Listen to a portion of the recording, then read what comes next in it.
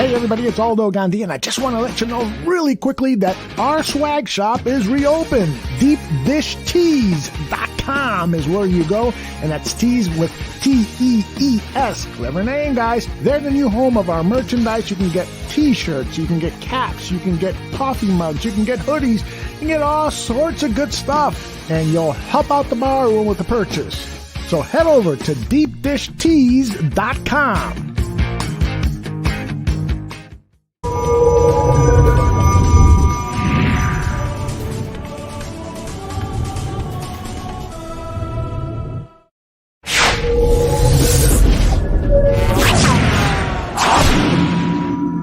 Some may find the following disturbing. Discretion is advised.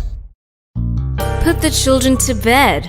It's time for Dan and Aldo to bare their souls.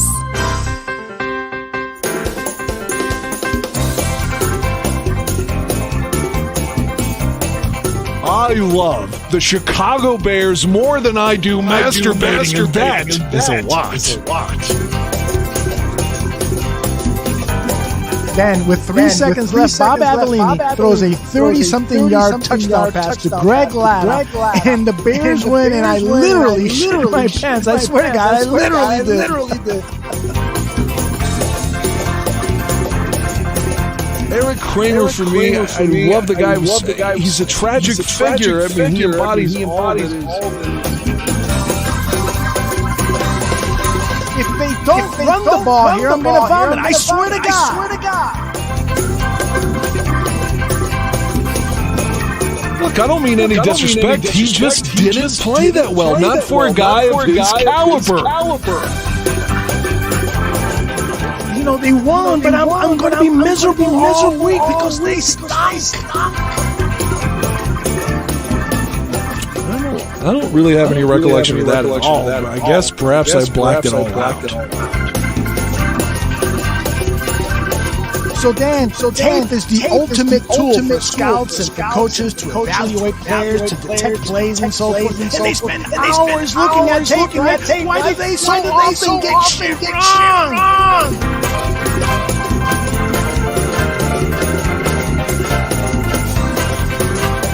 Ladies and gentlemen, Dan and Aldo. Yeah, baby, my man Dan is in the house. How you doing, Dan McGuire? I'm glad to be here, Aldo. How are you? I'm doing well. I've got some stories to share about my weekend, but I know you do too. Should we start there? Because let's get that kind of life story stuff out of the way first. Well, let's get the negativity out of the way, I guess you could say. Yeah, man, I've become one of these guys, and we were talking last week or maybe the week before about therapy. So here goes my spilling my guts out to another man, which I said I would never do. But the holiday, I've become one of these bitter fucks that the holidays suddenly make me sad. And I always like the holidays. You know, and so I buried myself in working. Like I've already, before I even got to work this evening, I had done, put it this way, before Tuesday had begun, I'd already worked 29 hours this week. As I did 16, I was off 8 and did another 16, but one of those 16s was considered last week. So the point is I did 24 hours of overtime Saturday into Sunday and then into Monday. So my point being, buried myself into work to try to avoid it, but I still, the holidays, I never realized, I'm not trying to give anybody life lessons or trying to be corny, but man, appreciate your loved ones, because I didn't know how much that my mom was the glue to everything, and like my sister and my father, stepfather, they're on, and their people are on at a beach or something now. And I'm telling you, I'm not trying to be dramatic or dour.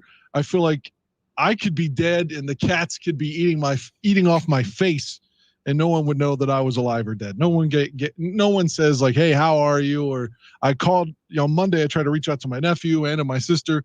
They didn't even take my fucking calls.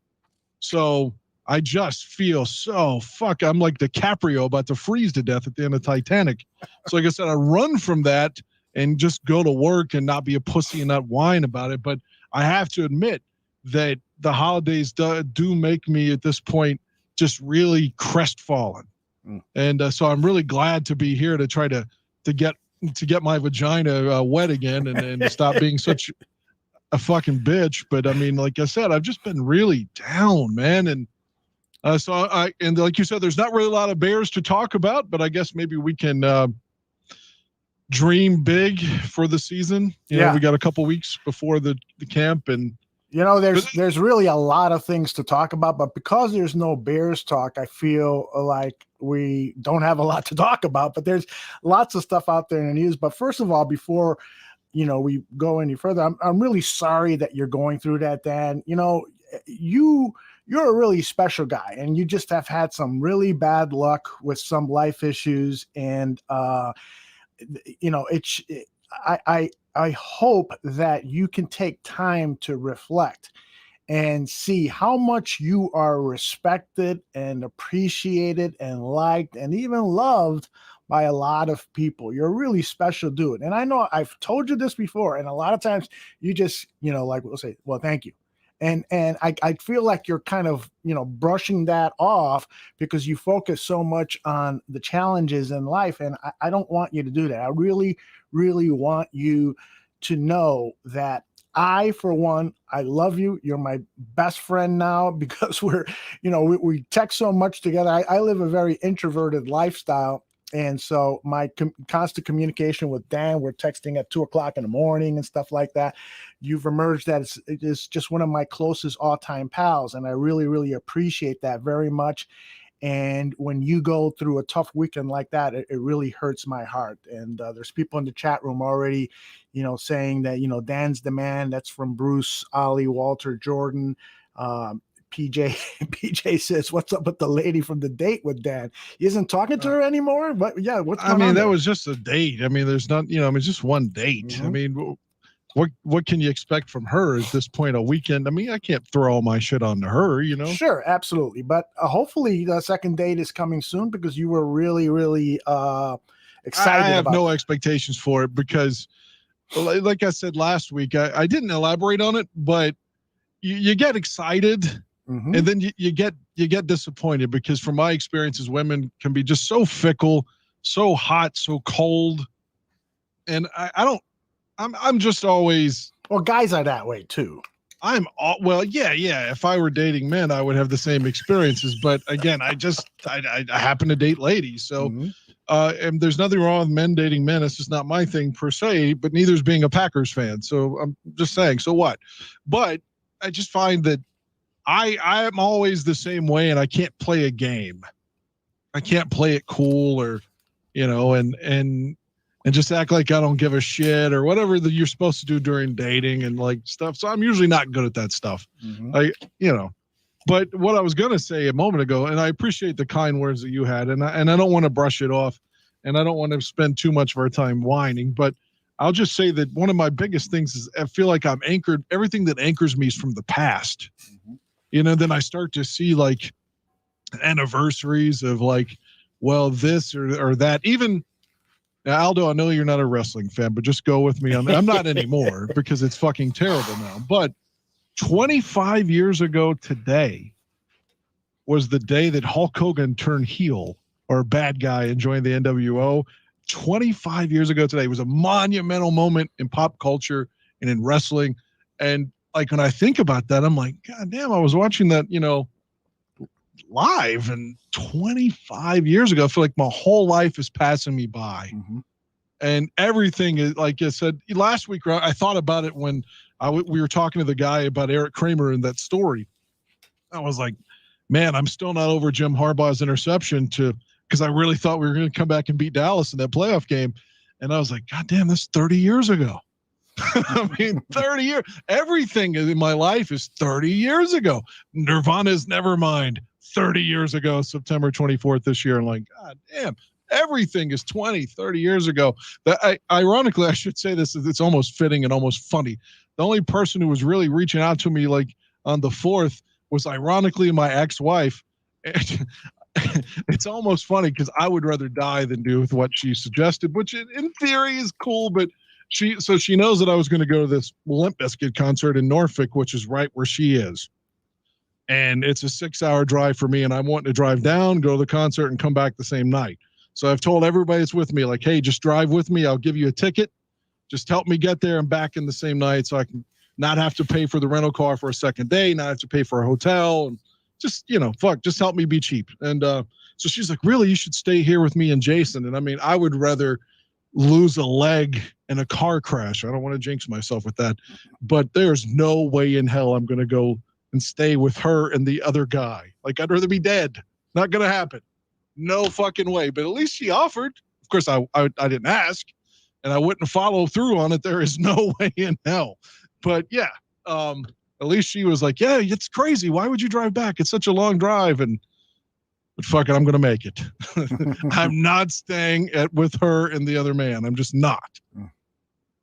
Even if I were remarried, I'm not doing that. Yeah, I hear you, brother. The Factor says, I feel you, Dan. I feel a little down too. I live by myself and get down at times too. And I got to tell you, I'll bare my soul here a bit too. I have a beautiful wife. I live with my stepdaughter. My biological daughter lives a few miles down. And there's sometimes where I feel lonely. Everybody's doing their own thing. Everybody's busy. Some of the interests that I have are not shared by the girls, the women in my life. And like I said, I'm an introvert. And so sometimes, it's kind of a self-inflicted pain. There's people always calling me, say, hey, you want to get together? You want to do this? And most of them have actually given up trying to reach me because I just am not good at returning calls. I live inside my head a little bit, which is one of the things I was going to share about the 4th of July, but I want to finish this topic first with you, Dan. And, there's a lot of people out there who are going through what you are going through. And even people who are married like myself just go through periods of being down, feeling lonely, feeling like life is unfair and stuff. And I get it, man, with you, because you have gone through, man, if we were to do the autobiography of Dan Aguirre, that would be like, wow, holy shit, this guy has gone through a lot of pain in his life. So I hear what you're saying. And let's see, PJ says the things that anchors you is what makes you grounded, Dan. That's the blessing. Do you have any comment on that? Well, I don't mean to be dismissive to his PJ. His thoughtful response. And I don't want to seem like I'm brushing it off, but I guess the things that anchor me are the things that are somewhat depressing me now because they're so long ago, they're so old, and I don't have anything present or future maybe to look forward to, I guess is what I'm trying to say. I feel like I made a joke last week. I told you I only drink if I'm happy. Mm-hmm. And I was drinking last week. It was a continuation of that date. And I said to her, I was like, man, I wish I could just drink, because we got on a religious topic briefly. I said, I wish that I could drink this and just wake up and believe, just because religious people are so, I envy that certitude mm-hmm. or that feeling of everything is going to be okay. There's light at the end of the tunnel because I feel, someone's helping me or whatever. And I feel quite the opposite. Again, I'm like, okay, I'm in the maze and I'm looking for Danny and I'm Nicholson and I'm about to freeze to death. So there's no way out. Did you see? I sent it to you, the shining photo from at the end of at the overlook at the beginning or at the very, it was 100 years ago. How about that? The anniversary of that event in the movie The Shining, probably the book too, happened 100 years ago, just a few days ago. And when I said the event, I meant Jack Nicholson with that ghost the party, right? at the Overlook. Right, the party at the Overlook. So it's July 4th, 1921. Mm-hmm. It's the closing image, I believe, of the movie. PJ says we have to invest in the lives of the youth. They will keep us young. Well, but Dan doesn't have any kids, and he really doesn't have any time because he's working 2 jobs to try to pay off his bills, and he's got some things that he wants to do in his future. He needs to save up for them and stuff. So, I agree with you, PJ. One of the saving graces for me is that I have a stepdaughter and a biological daughter, and they bring me immense joy, and I feel great when I can do something for them. They went out to dinner this past weekend with their boyfriends, and I put some cash in an envelope and said, open this up when you get to the restaurant. It was apparently not enough money to pay for the entire meal, but almost enough. And so it just felt great. I put from Donna and me, and we were both so happy that they could enjoy, all entire meal with the exception of dessert on us. So that stuff is great, but I get what you're saying, Dan. It's and I really appreciate the fact that you find this show a reprieve from, some of life's problems. And I think a lot of people have contacted me and have said the same thing about listening to our show, that, this is, really cheers me up. You guys talk about all sorts of things, and it feels like you guys are just at the bar and we're interacting with you or listening in and stuff. So, I think that is one thing, Dan, that you and I, should take great appreciation and joy for, and it should lift us up. Right now, I almost feel like an obligation to put together a good show for people, because they're counting on us to give them a smile and to get them thinking about stuff and so forth. Yeah, I mean, I do too. Like, obviously we want it to be good, and whenever, to me, the show is very like it's a feeling more than anything else. I mean, it's cool to get positive feedback. Don't get me wrong. We all like that. Sure. That feedback, or that, what am I looking for? That approval, I suppose. But still, when I'm leaving and going to my other job, I know when I'm driving if it was a good show or not. Like, I can feel like about a month ago, I was like, man, it sucked tonight. I'm so sorry. I was so fucking tired. It was a few weeks ago. I was so unhappy with my effort and everything else. So I remember that, and I want to share that with the audience. I think we did the following week, but I just want to talk a little bit more about that. So it was a show about 4 weeks ago, 4 shows back, and Dan, there was something weighing on you, and there were moments where sometimes I'll just stop talking. I'm kind of waiting for you to pick it up, and those moments didn't happen real quick, and I could tell that maybe you were somewhere else. But overall, I thought the show was excellent. I thought, it was a good show for us. And so about 15 minutes, 10 minutes after the show, Dan texted me and says, man, I feel terrible. I had a terrible show. And I'm like, what are you talking about? You shouldn't feel that way. But I appreciate that about you, that you hold yourself to a high bar. Yeah, and it's so weird. The week before of that show, I had equally no sleep, like 2 hours in both instances. And I thought the week before was great. Mm-hmm. So I had no reason to believe that, hell, I'm not just going to turn it on as soon as the mic turns on. But I just felt like I didn't have it that night. And it's like, again, we've all felt that way when we were fucking too. You just get in there and you're like, oh no, this isn't my night. And that's what I need to do. I still haven't gotten laid since May now. I think this is the longest drought I've had as an adult in a really long time, but I've been so consumed by work. Yeah. And just really haven't had time to do that. Mm-hmm. Maybe that's what I need. I've been basically exercising and working. Good for you. Yeah. The other day, what was it? Yesterday, I believe. Maybe it was today. No, it was yesterday. You leave me a audio recorded text message, and I'm listening to it, and I'm thinking, holy shit, Dan has a sex story, because he's saying, hey. I was mowing my lawn, actually. I was in a hurry. So I'm thinking, this is going to be good. I'm listening real closely, and all of a sudden he says, yeah, I'm mowing my lawn.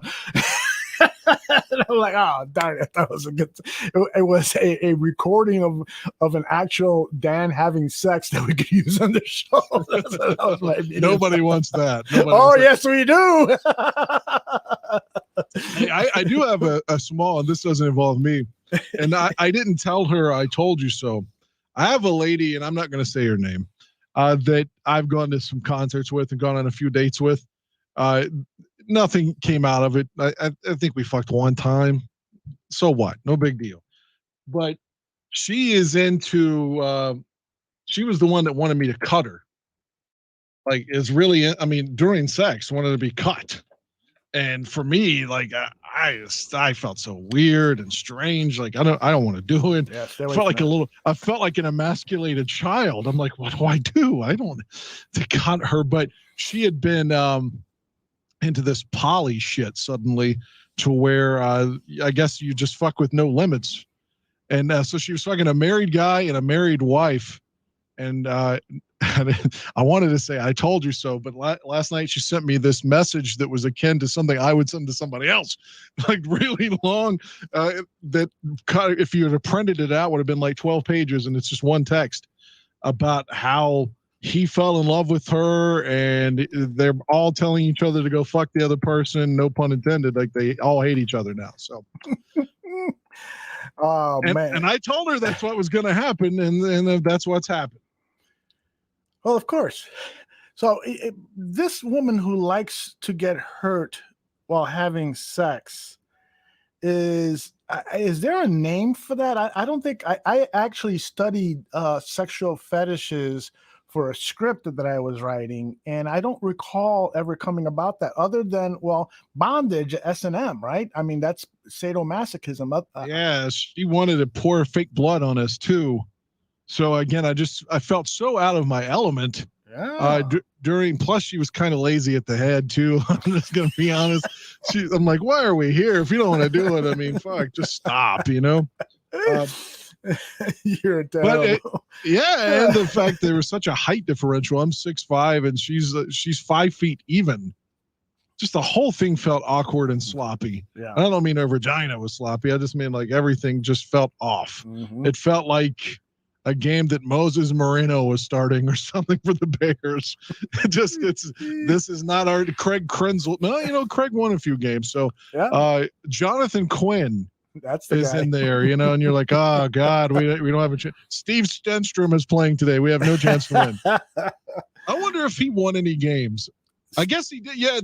There was a game in '98 in week 16 where the Bears beat the Ravens at Soldier Field where James Allen had like almost 200 yards rushing.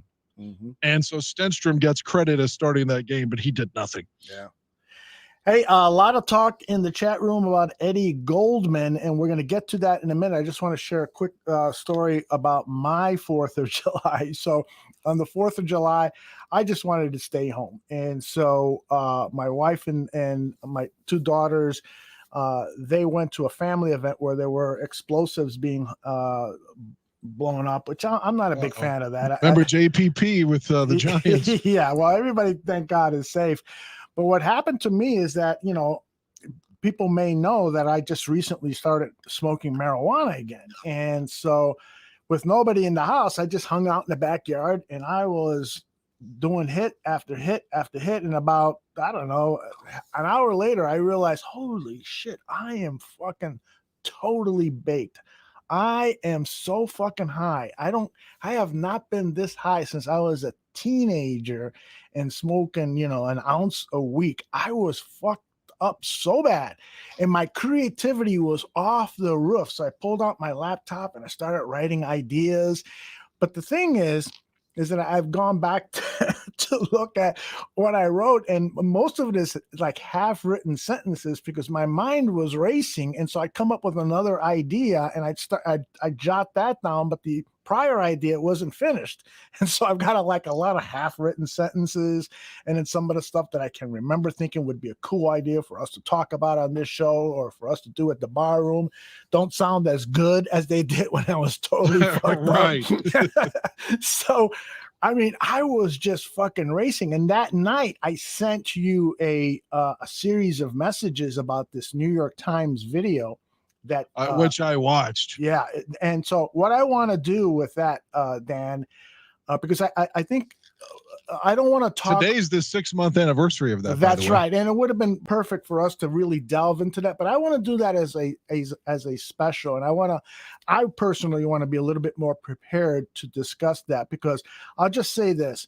I just think that was a heinous mark on our nation's history. And the fact that one of the political parties and some members of the other political party are trying to kind of erase that from our history is just awful. And I urge everyone to search out this New York Times video that details what happened that day in, I think, a journalistically objective way. There were a couple of things where I would have done differently as a journalist to make it more objective. But hey, everybody, even journalists who try to be as objective as possible, are still going to, their attitudes on things are still going to seep through. Nonetheless, take a look at it. And then in the near future, Dan and I are going to do a special on some night, and we're going to go through that video, and we're going to talk about what I think is a very, very important thing in our nation's history. So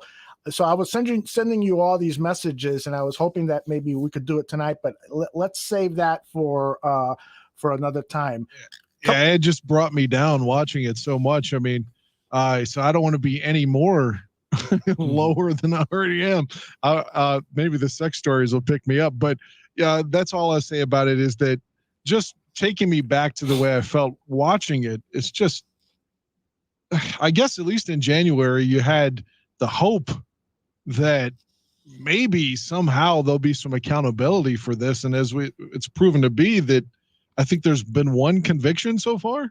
Mm-hmm. So like nothing has happened. And there's going to be people in 2022 running and like using that as their platform. Correct. Right. And like, so when you absolutely whitewash that event, you're saying that it's okay. And for the other side of people that, and I don't want to alienate them, but if for the people on the right, just imagine for a moment if like Barack would have lost to Mitt Romney the second go around and just kept saying he didn't lose, and a bunch of angry left-wing black people invaded the Capitol. How would you have felt? You know, seeing that, when you know that it's based on a lie to begin with, but even so, you would feel like there's got to be, I feel like if it wasn't all white people, more people would be up in arms about it, is what I'm trying to say. And I'm white saying that. So I feel like I can say that, because if you say that, Aldo, they'll just say, oh, you're just saying that because, you know, you're not white and you have a problem with white people or whatever. But I feel like I can say it for both of us. I love white people. I'm married to a white woman. I know, I'm whiter than she is skin-wise. But I know what you're saying. I totally get what you're saying. People can construe that and take it and use that against you at any point. Absolutely. Know? I mean, I'm going to save this story for another time. But I growing up, I lived a weird kind of childhood, because all of the Puerto Ricans around me thought that I was white, and all the white people thought that I was Puerto Rican. And so you talk about feeling like ostracized, alienated, alone. You know, it was like, I can't fucking walk down the street. I'm going to be chased by the gaylords and the jousters. Those are the white guys, the white gangs in my neighborhood, or the Latin kings and the Spanish disciples on the other hand. So it was a tricky moment. But who thought that gaylord was a good one for the gang?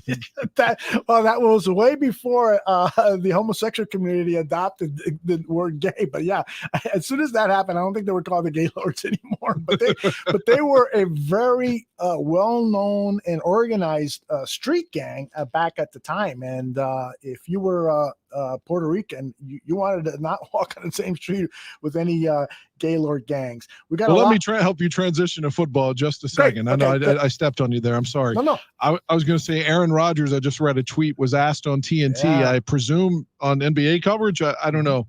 Well, I don't know. The finals are set now, so I don't know. I just read he was asked on TNT, will you be the Packers quarterback? And he said, I don't know. We'll see. Say that one more time. I got distracted. I apologize. Adam Schefter just tweeted that Aaron Rodgers was asked on TNT if he is going to be the Packers quarterback. And he said, I don't know. We'll see. Yeah, that means he is. Oh, he's coming. I've said it the whole time. I've said it from the jump. There is no way that this guy is going to get me on this one. Mm-hmm. There's no way. He's beaten us so many times. I am not, it's almost like I said, a date. I don't get my hopes up on these things because I've been so disappointed over and over and over or whatever. And that's the same thing with Aaron Rodgers. There is no way he's not playing week one unless he's hurt. Yeah.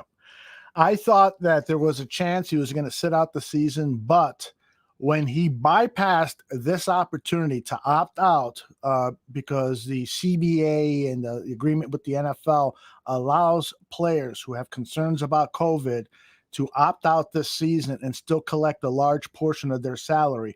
When his name did not show up in the opt-out list, according to Adam Schefter, I said to myself, okay, he's going to play with the Packers. There's no fucking way that he's going to sit out this season and lose out on all that money and, in fact, have to give money to the Green Bay Packers. There's no fucking way. He's still going to angle for a trade, but if that doesn't happen and the Packers seem adamant that it's not, he will be playing for the Green Bay Packers week 1. He's going to be playing. Mm-hmm. Absolutely, he's going to be playing. He'll have that same pouty face that everyone criticized Cutler for, but it's always given him a pass on. He'll have that horrible mustache probably, and he'll be in the green and yellow ugly uniforms of the Packers.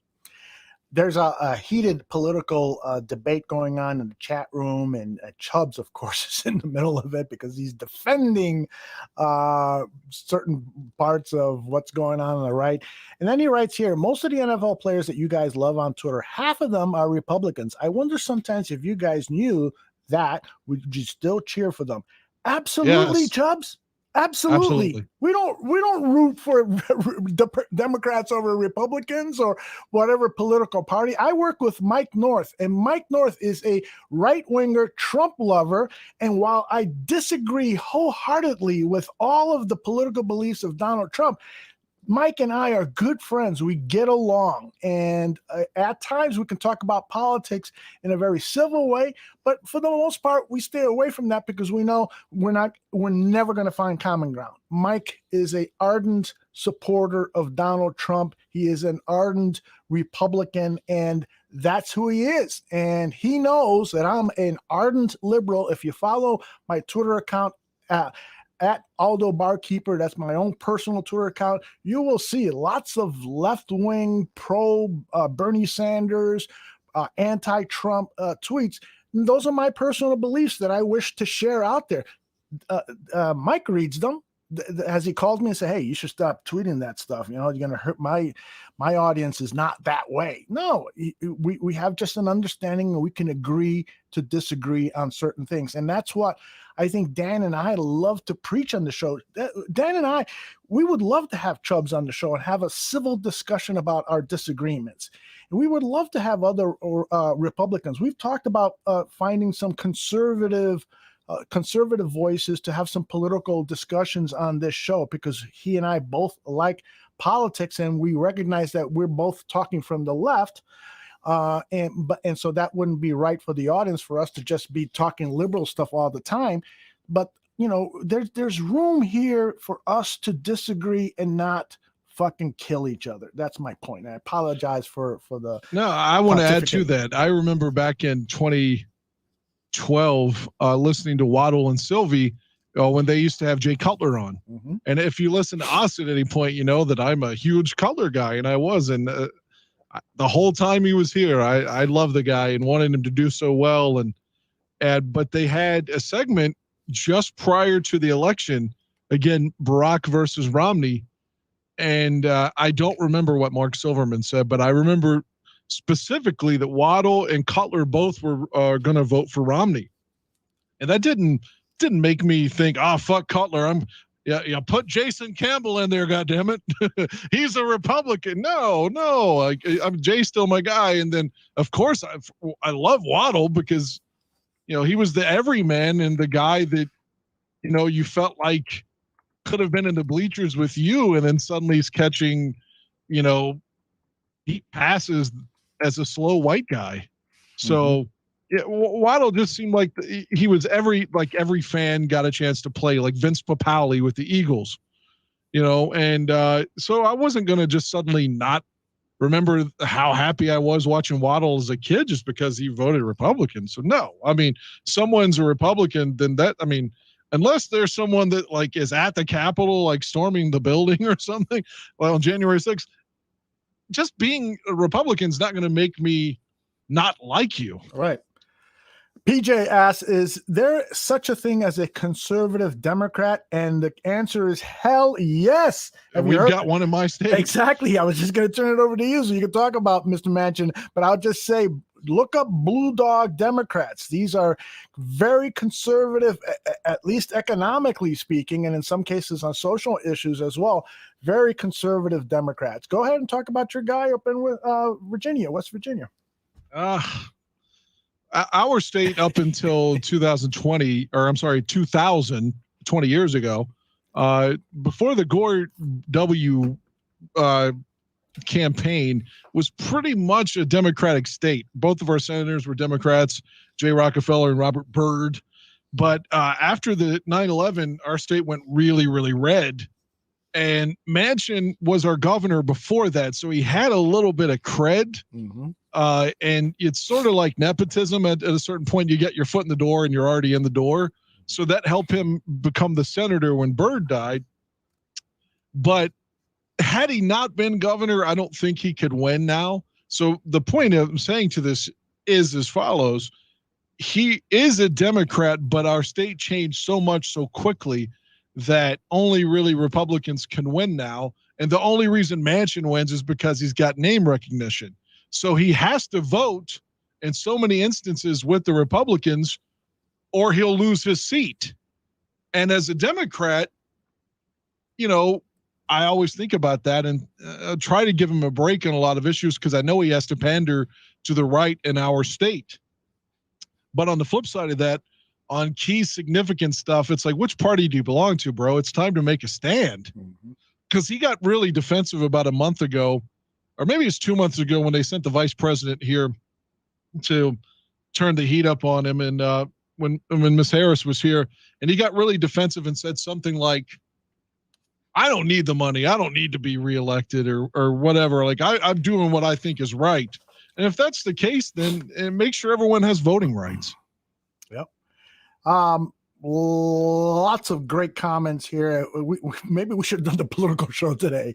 4,000 Clover says Manchin is a corporate Democrat. It's beyond the conservative. He answers to his donors. That's it. And that is exactly what Dan was saying at the same time. So, all right, let's get off the talk of politics because everybody wants to know what's going on with Eddie Goldman. Dan sends me a text message saying, you know, actually, you didn't share an opinion. You just shared the latest news on Eddie Goldman. Why don't you let the people know what is the status of Eddie Goldman, and then we could share some opinions on what is going on with this guy. Let's see if I can get to the actual story that I sent you. Sure. And I'll read from it. And while you're doing that, I will tell people that besides the latest news about Eddie Goldman, there was video, and I forgot to pull it. There was video posted of Eddie in the weight room, and this is according to the people who posted it. This is recent video of Eddie on the bench press, and he was doing it. He was lifting some heavy duty weights. So it appears like what Danny Trevathan said about Eddie Goldman is correct, that he's working out and he's in shape. Let's hope, even though that's just a snippet video, we're not seeing him run or anything like that. But hopefully he is keeping in shape and he will show up for training camp. But now there are increasing doubts about Eddie Goldman's desire to play football. Do you got that, Dave? I do. And let me just say, I hope that Greg Gabriel and his disdain for Mike Florio, I hope it actually comes into fruition at this point and says, see, this guy makes shit up, which is what Greg would say if he were here with us. But all right, so this is from Pro Football Talk, which of course is run by Mike Florio, West Virginia guy. Nose tackle Eddie Goldman was an unexcused absence at the Bears' mandatory minicamp after opting out of the 2020 season over COVID-19 concerns. The Bears have repeatedly said they expect Goldman to return for training camp. However, until he shows up or speaks publicly or works out publicly, Goldman's future remains in doubt. Brad Biggs of the Chicago Tribune cited a league source whom suggested Goldman, quote, could be weighing retirement, end quote. Goldman, 27, has not played since the first quarter of the team's December the 22nd, 2019 loss, a Sunday night affair to the Kansas City Chiefs. The Bears surely hope for the return of Goldman, who is scheduled to make $4.75 million in base salary this season. They ranked 15 in run defense in 2020 without him. So there you go. He could be retiring.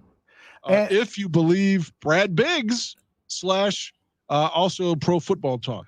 And I speculated about that, I believe, on this very show, that he indeed might be thinking about that because, like I said, I think it was last show that, the defensive line, offensive line, the line of scrimmage is the coal mine of football. These guys are getting black lung disease, except that it's concussions. They're getting so many of these, and these guys have to be careful about their health. So if that is what's going on with Eddie, that he feels that his mental faculties are in danger because of the amount of times he's gone helmet to helmet with an offensive lineman, that I'm not going to get angry at him. He's got to protect himself.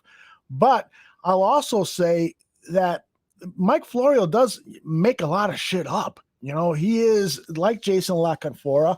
I don't know if they're really getting this from sources like the maintenance man at Hallis Hall, or they're really got good, reliable sources. But if I heard you correctly, really there isn't anything new in what Mike Florio is saying other than what speculation, which is what Brad Biggs was speculating. He was speculating, like I have, that, Eddie might want to call it quits. And indicative of that is the fact that he didn't show up for a mandatory OTA assignment, so practice session. So, maybe it's true. Maybe he is going to retire, and if so, then we got to look at Mike Pennell, the recent acquisition, who played with the Kansas City Chiefs, and Bilal Nichols, who played Goldman's position last year and played it fairly well, although he doesn't have the run-stopping capability, at least at this point in his career, that Eddie Goldman has. He would have to perfect that. Your thoughts? I just wanted to say, when I think of Brad Biggs, back when we had the fun days of press conferences with live interaction and not just on Zoom, just the level of disdain and hatred that Lovie Smith had for Brad Biggs. Every time he received a question, it was like Trump getting something from the Washington Post or the Times. He would look and he just fucking wanted to kill Brad, wanted to punch him.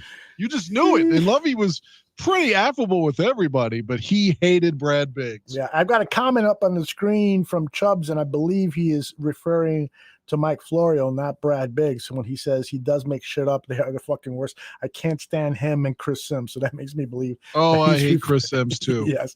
Well, and Chris Sims now is he better hope that Justin Fields is a bust, because he's got him ranked like, behind backup quarterbacks. Behind Trubisky, probably. Yes. So, and we went through this. We showed video of what Chris Sims was talking about, and it is true that there are some mechanical things that need to be worked out.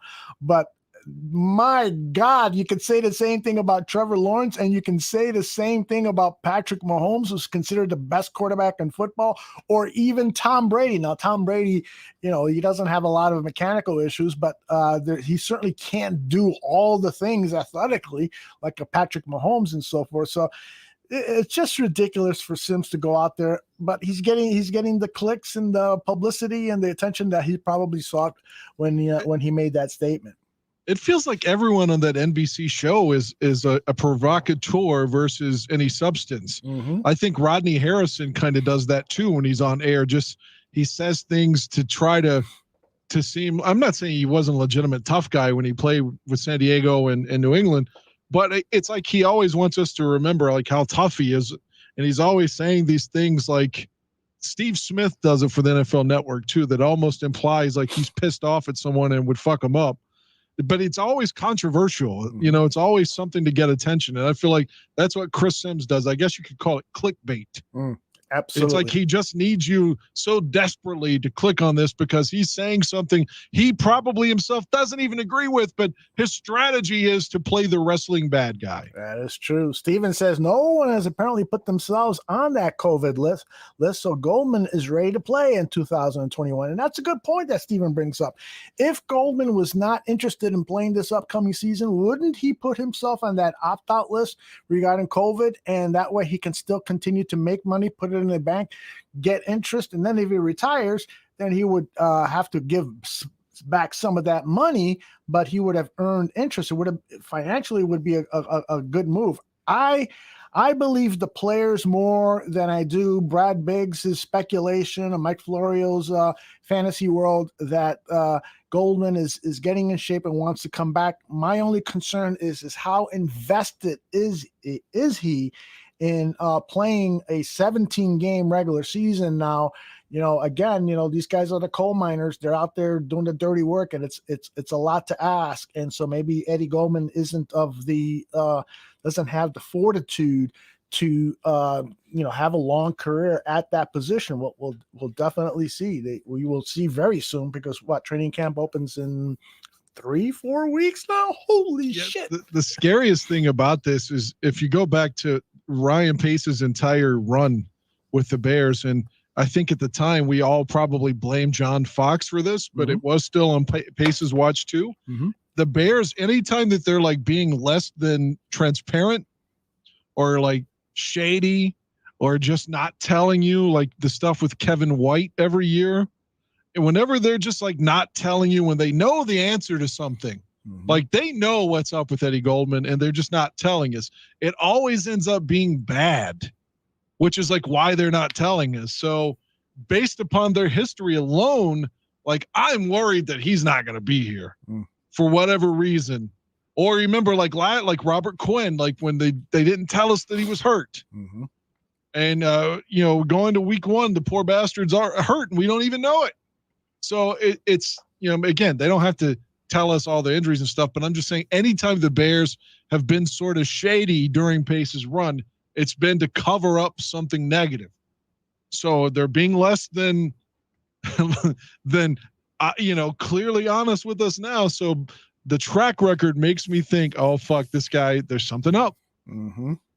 Yeah. I don't, I share your concern. But I don't know. I don't know what to say. I do think that if he misses the season, I have such high hopes for Bilal Nichols, and hopefully Bilal Nichols has been training to be an interior defensive lineman and added some more weight and learn more about that position, because perhaps he's the heir apparent to that position, given that Eddie Goldman, if he even plays again, probably won't be on the team much longer than the 2021 season. And Bilal Nichols' contract is coming up, and a lot of people have speculated that, he's the type of player that you kind of move on from. I don't agree with that. This is a mid-round draft pick who should have been selected higher, but he kind of flew under the radar at Delaware. And I think he is a very, very promising player. We saw it. He had a second half of the season where he was playing at an all-pro level. He was just making plays in the backfield.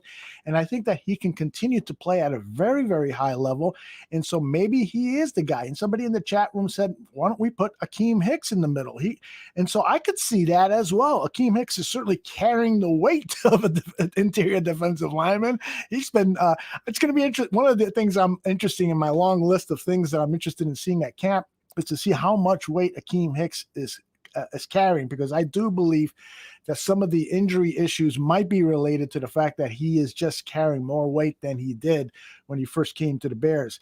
And maybe if he were to trim down a little bit, it would be better for him and his longevity in the NFL. But I do like the idea of having Hicks and Bilal Nichols occupying that middle. That Mike Pennell is going to make this team, and he's going to be playing in the middle. So what the Bears did, especially during the Vic Fangio era, and now that Sean Desai is the defensive coordinator, is they rotated those 3 down defensive linemen. They sometimes Akeem would be in the middle, and sometimes a lot of times he'd be out at the defensive end position. But they really tried to disguise what they were doing and put guys out of position. So they needed defensive linemen who were versatile, but the one mainstay, yes, guess was that Eddie Goldman, for the most part, Eddie Goldman typically plays anywhere between 55 and 60% of the snaps in a football game. And for the most part, 100% of those were at the defensive tackle position. So that was good to have that kind of mainstay, but he was never out on the field, rarely out on the field on third downs. And so that's when a guy like Akeem Hicks would come in and play that defensive tackle position. I wish that we never did find out like why Roquan flaked out, missed week 4 of the 2019 season. Have we? The Viking game where he just decided not to play and they never would tell us? That's right. And he has said that he's moved on by that it's not a big deal, blah, blah, blah. But, it was a big deal at the time, and it did impact his play for a game or two after he returned. But it appears that that's going to remain a secret at least for a while longer. It's just always these weird things with the Bears. Remember that game? I think it was in the 16 season. It was definitely when Fox was here, when they went to Philadelphia and the couple of guys went out to the bar the night before, and we got annihilated at Philly Stadium, whatever it's called, FedEx Field's where the Redskins or the football team plays.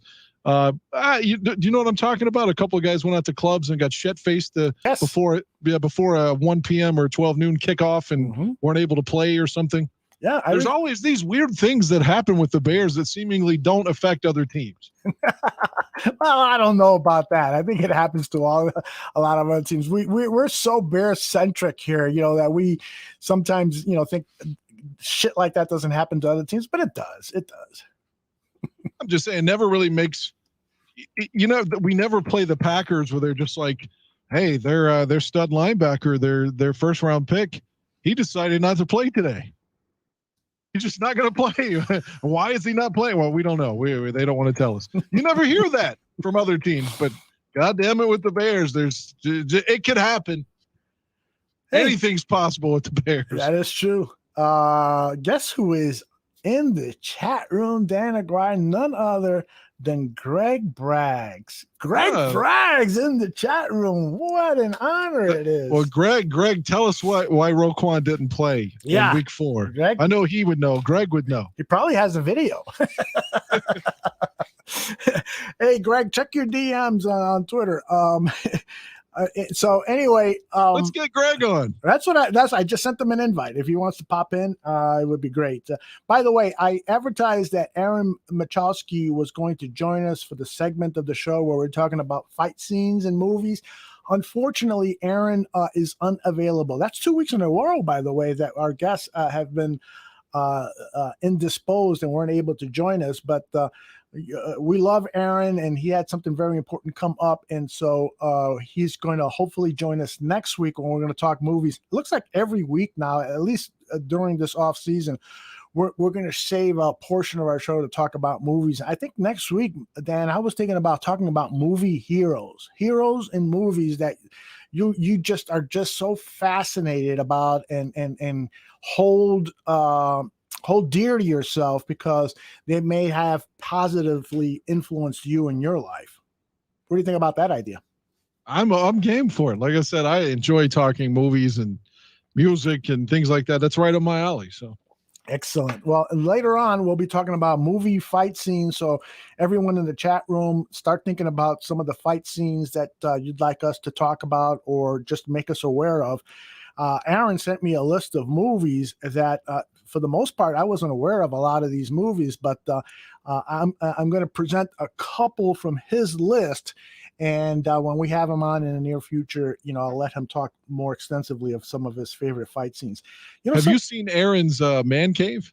No, I don't think I have. Oh, God, you've got to look at it. This guy got a house, I think it was last year, and he has the baddest fucking room I've ever seen. Like he paint, the orange stripes on the Bears sleeves for the Navy jersey. Yeah. His room is Navy and has the whole thing has the 3 orange stripes. Oh, how cool is that? Yeah. His man cave. It's fucking incredible. I'm so envious when I see it. You have to see it. It's incredible. I am scrolling down his Twitter feed. I'm not seeing anything yet. I did hear a signal that somebody has joined us in the green room. He's writing something down. I'm about ready to. He's got a big smile on his face.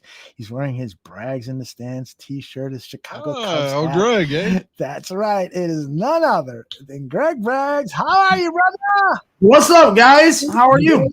Doing great, man. You're looking good. How's that diet going? Are you living it? I'm finally going to stick to it this time.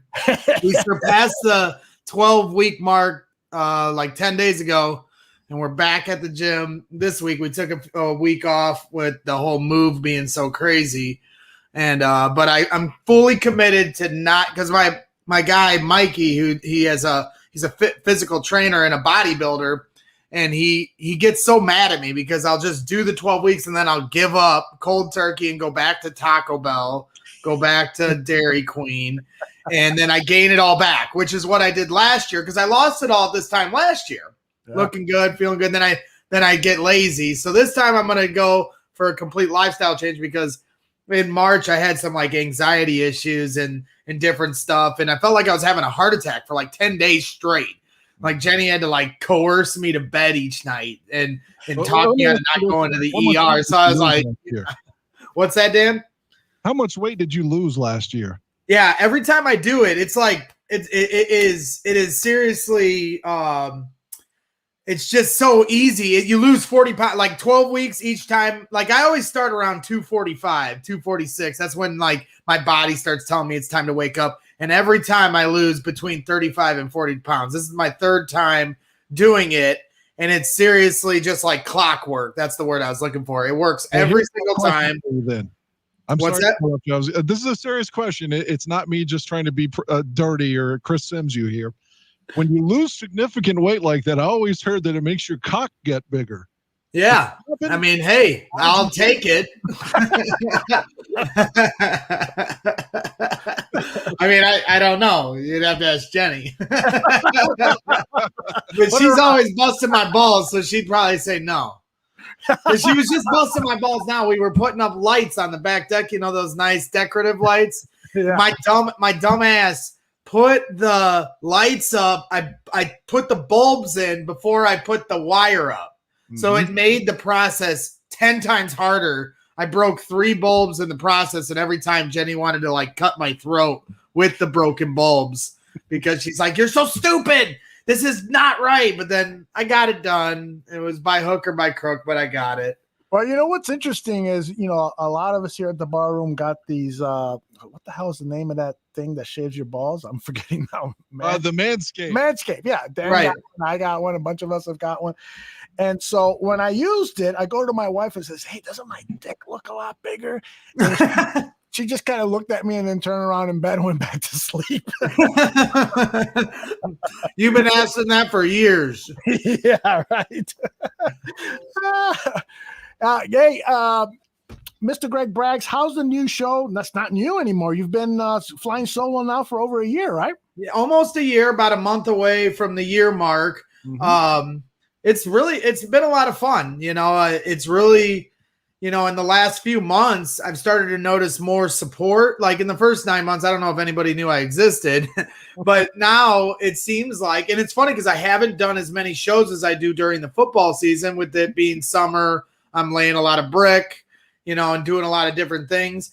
But, you know, a lot of different people lately have been going on the Teespring store. I hadn't had a shirt in, I didn't get a shirt for literally 9 months. I finally got a whole bunch of them so I could start wearing them in the gym and stuff. But other people are getting them too. Then I don't even have to like force them to do it, which is really humbling, really cool. Like Terrence Young, he bought like 9 shirts the other day. Right? And you know, another cool story, not to humble brag, but it's the truth. D'Lo Brown sent me a text the other day and he bought a shirt. And like for me, as someone that grew up watching D'Lo Brown and like looking up to him, for him to like get a Braggs in the stand shirt, like I don't know, it just kind of blows my mind a little bit. And it like I've always said, like the support people show only makes me want to do it more and do it as good as I can. But you know, I do as much as I can put into it. You know, I got a little girl at home, 3-year-old Addison, and laying brick and doing all this other stuff. But yeah, it's been fun. I did my first live show a couple weeks ago. I'm starting to work with this company called the Collector's Cave. They're a memorabilia company. So I did my first ever live event with Jim McMahon was doing a public signing there. And there was that's my hero as a kid, Greg. Yeah. I took a picture with him. He was really nice. We couldn't get him to come on the show because, you know, he had his time committed to the autograph session and the picture taking, so we didn't want to bug him. But it was a lot of fun, and there was like over 200 Bears fans there. It was a lot of fun up until 2 tornadoes ripped through Northwest Indiana, and I'm doing my show on the outdoor patio, and Jenny comes up with her phone with the radar, and she's like, Greg, a tornado is coming. And I'm like, I already had a drink at this point. I'm like, I don't give a fuck. How does that sound? I'm doing my damn show. I don't care what. Nothing will stop me. And, you know, honestly, shout out to Alex Acevedo. He actually was a huge help that day because if it wasn't for him, I wouldn't be able to get none of it done. He was helping me with the tech. And then he's like taking the TV we brought and all this crap. He's like throwing it in the car. Everybody's like scattering, and there's me and Johnny B just like, nope, we're gonna do our thing. So we got another one coming up at the end of July 24th, a Saturday or 26th, whichever it is. And I'm going out to New Buffalo to do a live show with Dan Hampton is doing a public signing in New Buffalo. That's so for the Collector's Cave. So hopefully we can get him on the show. Because he actually lives in the region now. He moved from Illinois to my hometown of Crown Point, Indiana, because his son last year played high school football. It was his senior year, and in Illinois they didn't play. So he wanted to get his son over here so he could get his year in before he went off to college or whatever he's doing now. So Dan Hampton literally lives like 10 minutes from where I grew up. Very cool. Ask him about Khalil Mack when you get him on. Absolutely. If I can keep my thoughts together and there's no tornadoes, I'll do my best. What was that, Dan? I said Dan Hampton is basically the only other person other than me that's been critical of Khalil Mack. Everyone else has to like suck his dick at all times. Well, he is a great player. I mean, I don't know if I'd go that far. I won't give him the. They're like, oh my God. If he has a bad game, they're like, oh my God, he was triple teamed on every play. He's always supreme. He's the 60th greatest Bear of all time, Khalil Mack. Okay. He's got physical force. He's definitely at the top. I mean, you put him with Julius Peppers. You know, I've seen both up close at training camp. I got to shake actually both their hands. I shook Julius. The one that really resonated with me was shaking Julius Peppers' hand. I've never had a person's hand swallow my hand before. I'm a bricklayer, so you know I take pride in a solid handshake. And he literally was like, his hands were bricks. It was like, wow, this guy is a physical force of nature. So what's the deal, Dan, with training camp? Are you going to Hallis Hall? Do you think you'll be allowed to videotape? Have you heard anything about what the new arrangement is there for guys like you and me? Well, you know, I have been told it's going to be very intimate, was the word was put to me. You know, they announced that they're going to let fans in. They still haven't said how this is going to work, when tickets are going to become available. You know, they almost did it a couple years ago, right? And then with COVID, it stopped, right? Wasn't there a process that had already kind of gotten started, or did we never even get to that point? I don't think we got to the process. So I'm really concerned. If it's anything like Bears 100, they're going to take care of the season ticket holders first, and that's going to piss me off because I'm not a season ticket holder, even though I go to every home game while season ticket holders sell their tickets, and that's why they're season ticket holders. So I hope they are smart enough to take care of people that aren't just season ticket holders, but as we all know, season ticket holders pay for that preferential treatment. Lucky for me, I know a few season ticket holders, so maybe I'll be able to sneak through the back door that way. But yeah, I'm just kind of awaiting word. No, they will not let me videotape. They weren't even letting, technically you weren't supposed to be videotaping the last year at Bourbonnais, which I played by the rules while others were kind of running around not playing by the rules. But, you know, I've caused enough issues and I ruffle enough feathers over there at Hallis Hall, and I want them to let me in and stand in the tunnel when the games are going on. So I try to do my best to not be thrown out. So, you know, I'm going to play by the rules, and I'm sure they're going to say no video or anything. They're going to be really strict about cell phones at Hallis Hall. I guarantee it. But I'm looking forward to being able to go and see Hallis Hall. I've never seen it. So it's an extra 2, as opposed to the 35-minute drive to Bourbonnais. Now I got to drive like 2 hours to Lake Forest. So not looking forward to that, especially if it's during the week, during traffic and all that shit. But you do what you got to do. I doubt I'm going to be able to go to every camp, open session like you did with Bourbonnais. I'll be grateful to just go to 1 or 2. So we'll see. But then you got Family Fest at Soldier Field, which I'll definitely be going to. That'll be a practice you can see live, and they ain't going to be able to stop anybody from shooting video there. So, I'll be all up in that. And then the first preseason game I'll definitely be at to watch Justin Fields run out that tunnel for the first time in a Bears uniform, in a full Bears uniform. I'm sure it'll be in shells for the camp, Family Fest thing they're going to do. So I won't be able – the thing that pisses me off the most is, me, of course, the Mitch Trubisky ball washer. I can't give my final send-off for the second preseason game because I'm going to be in Vegas that weekend for my buddy's bachelor party. So I'm going to miss Bears-Bills, the big Fields versus Trubisky showdown. Oh, poor Greg. He's going to be in Vegas. Oh, poor Greg. Yeah, I was telling Jenny because we were like, it's a lot of money. I'm already like $1,500 in the hole going to Vegas. We haven't even gotten there. We're staying at the Aria, which is a nice-ass hotel out there. Very and nice. My buddies, they got a penthouse suite. They're all like 28.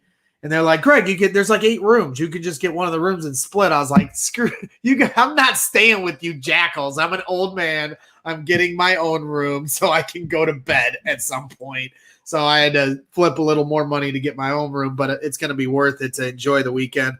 But yeah, I'm looking forward to it. Jenny was like, trying to show me how we can, save money while I'm on this trip. And she's like, you don't have to spend that much if you guys go to the strip club. Just take like $100. I'm like, Jenny, what kind of strip club do you think we're going? This isn't Griffith, Indiana. Like, we're going to Vegas. Like, we don't need a couple more bucks than 100.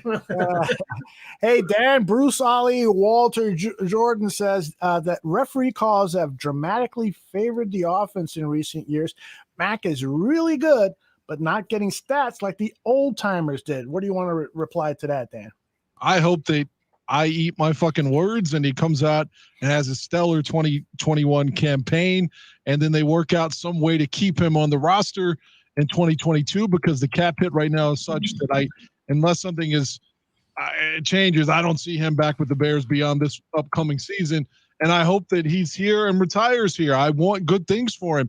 But Greg was comparing, at least brought up Julius Peppers with the anecdote about his hands and all. And I made me think, at this point, to me, Mack at best is Peppers with the Bears in his tenure when you get so excited that they're here and their play here doesn't live up to your expectations. Yeah, Mack had a few games in 2018 where he looked like the guy and he was average in 19 and average in 20. And that's fucking reality. But as Bear fans, we have to keep lying that isn't true. Like, we have to pretend that he's triple teamed on every play. It's like we're on Fox and he's a Republican, or on MSNBC and he's a Democrat. For some reason, we have to protect him, and I don't know why. Well, if we had to rank them, and I love Khalil Mack, but I would certainly say at this point for Bears' career, Julius Peppers has probably had more accolades. They got to an NFC championship. He played on special teams and defense, and you might snip at the whole special teams comment, but he blocked a ton of kicks in pivotal moments for the Bears. So I would probably put Peppers' career ahead of Max at this point, but Max still has the opportunity to pass him. That first year, it looked like he was going to soar past him. Yeah. But I would agree with the comment in the chat that, he does get held like crazy and doesn't get the calls that, he could get called for it. He could get it every play. That's how much he gets held.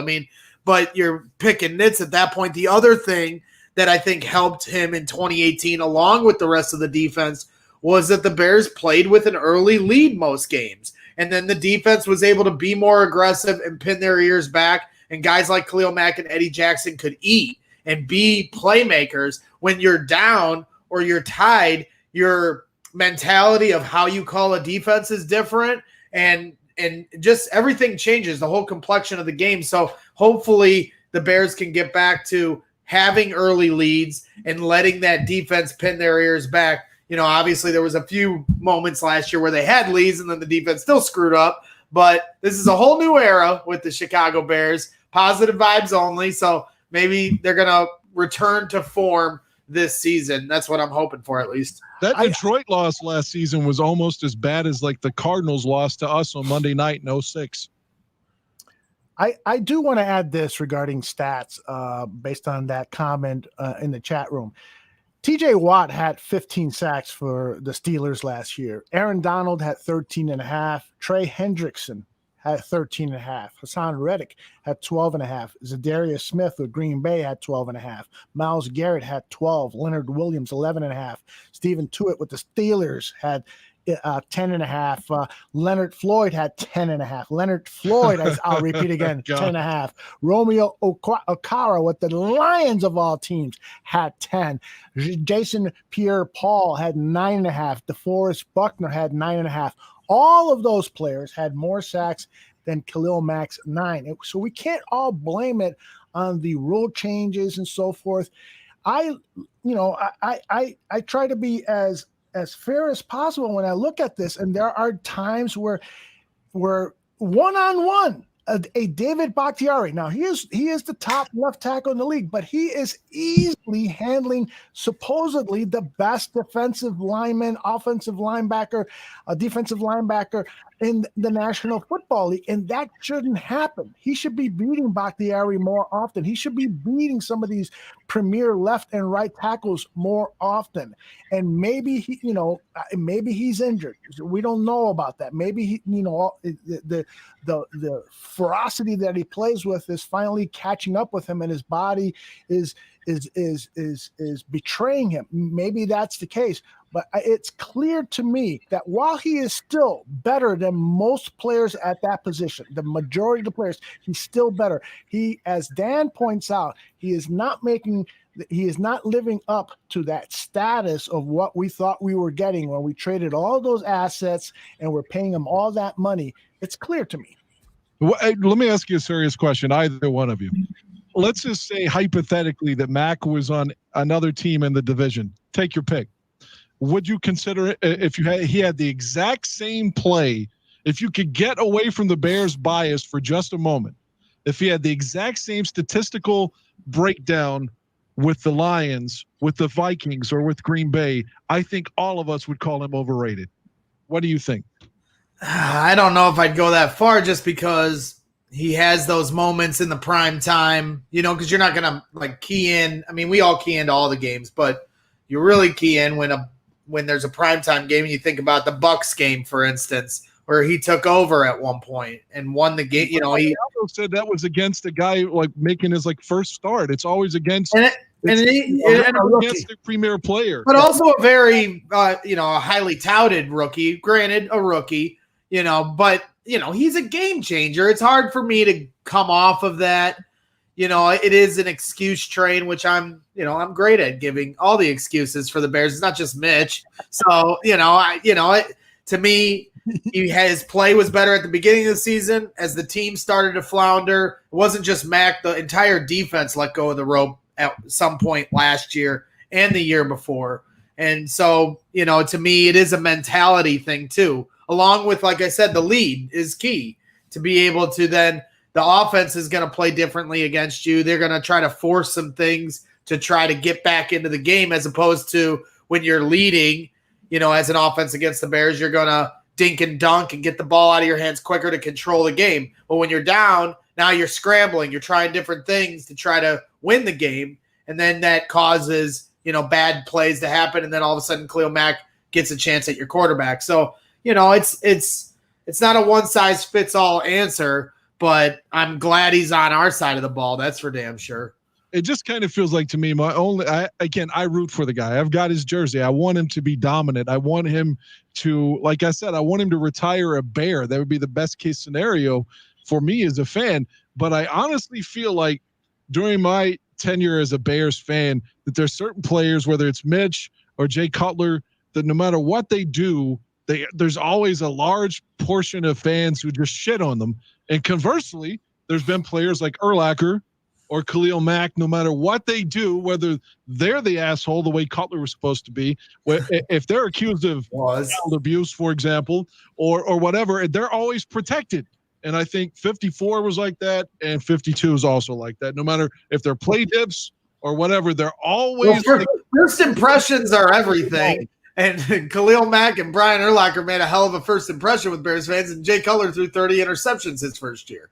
Well, it was 25 or 6, but Chubbs makes a good point. He says you guys are not holding the defensive coaches responsible for putting Mack in bad positions. Leonard Floyd, fucking touche. I agree. Leonard He's right. Floyd went from our defense to another defense and got all those sacks. He's absolutely right. Absolutely right. There is Chuck Pagano was hired as defensive coordinator based on one season that he was a defensive coordinator with the Baltimore Ravens, and he had a good season, but he also had a tremendous squad with Ed Reed at the back end and Ray Lewis up front and a number of other all-star caliber players. He had a good season, but outside of that, Chuck Pagano never really proved himself as a defensive coordinator, and so he comes here with the Chicago Bears, and we're seeing really, I mean, Matt Nagy has been criticized for his offensive play calling.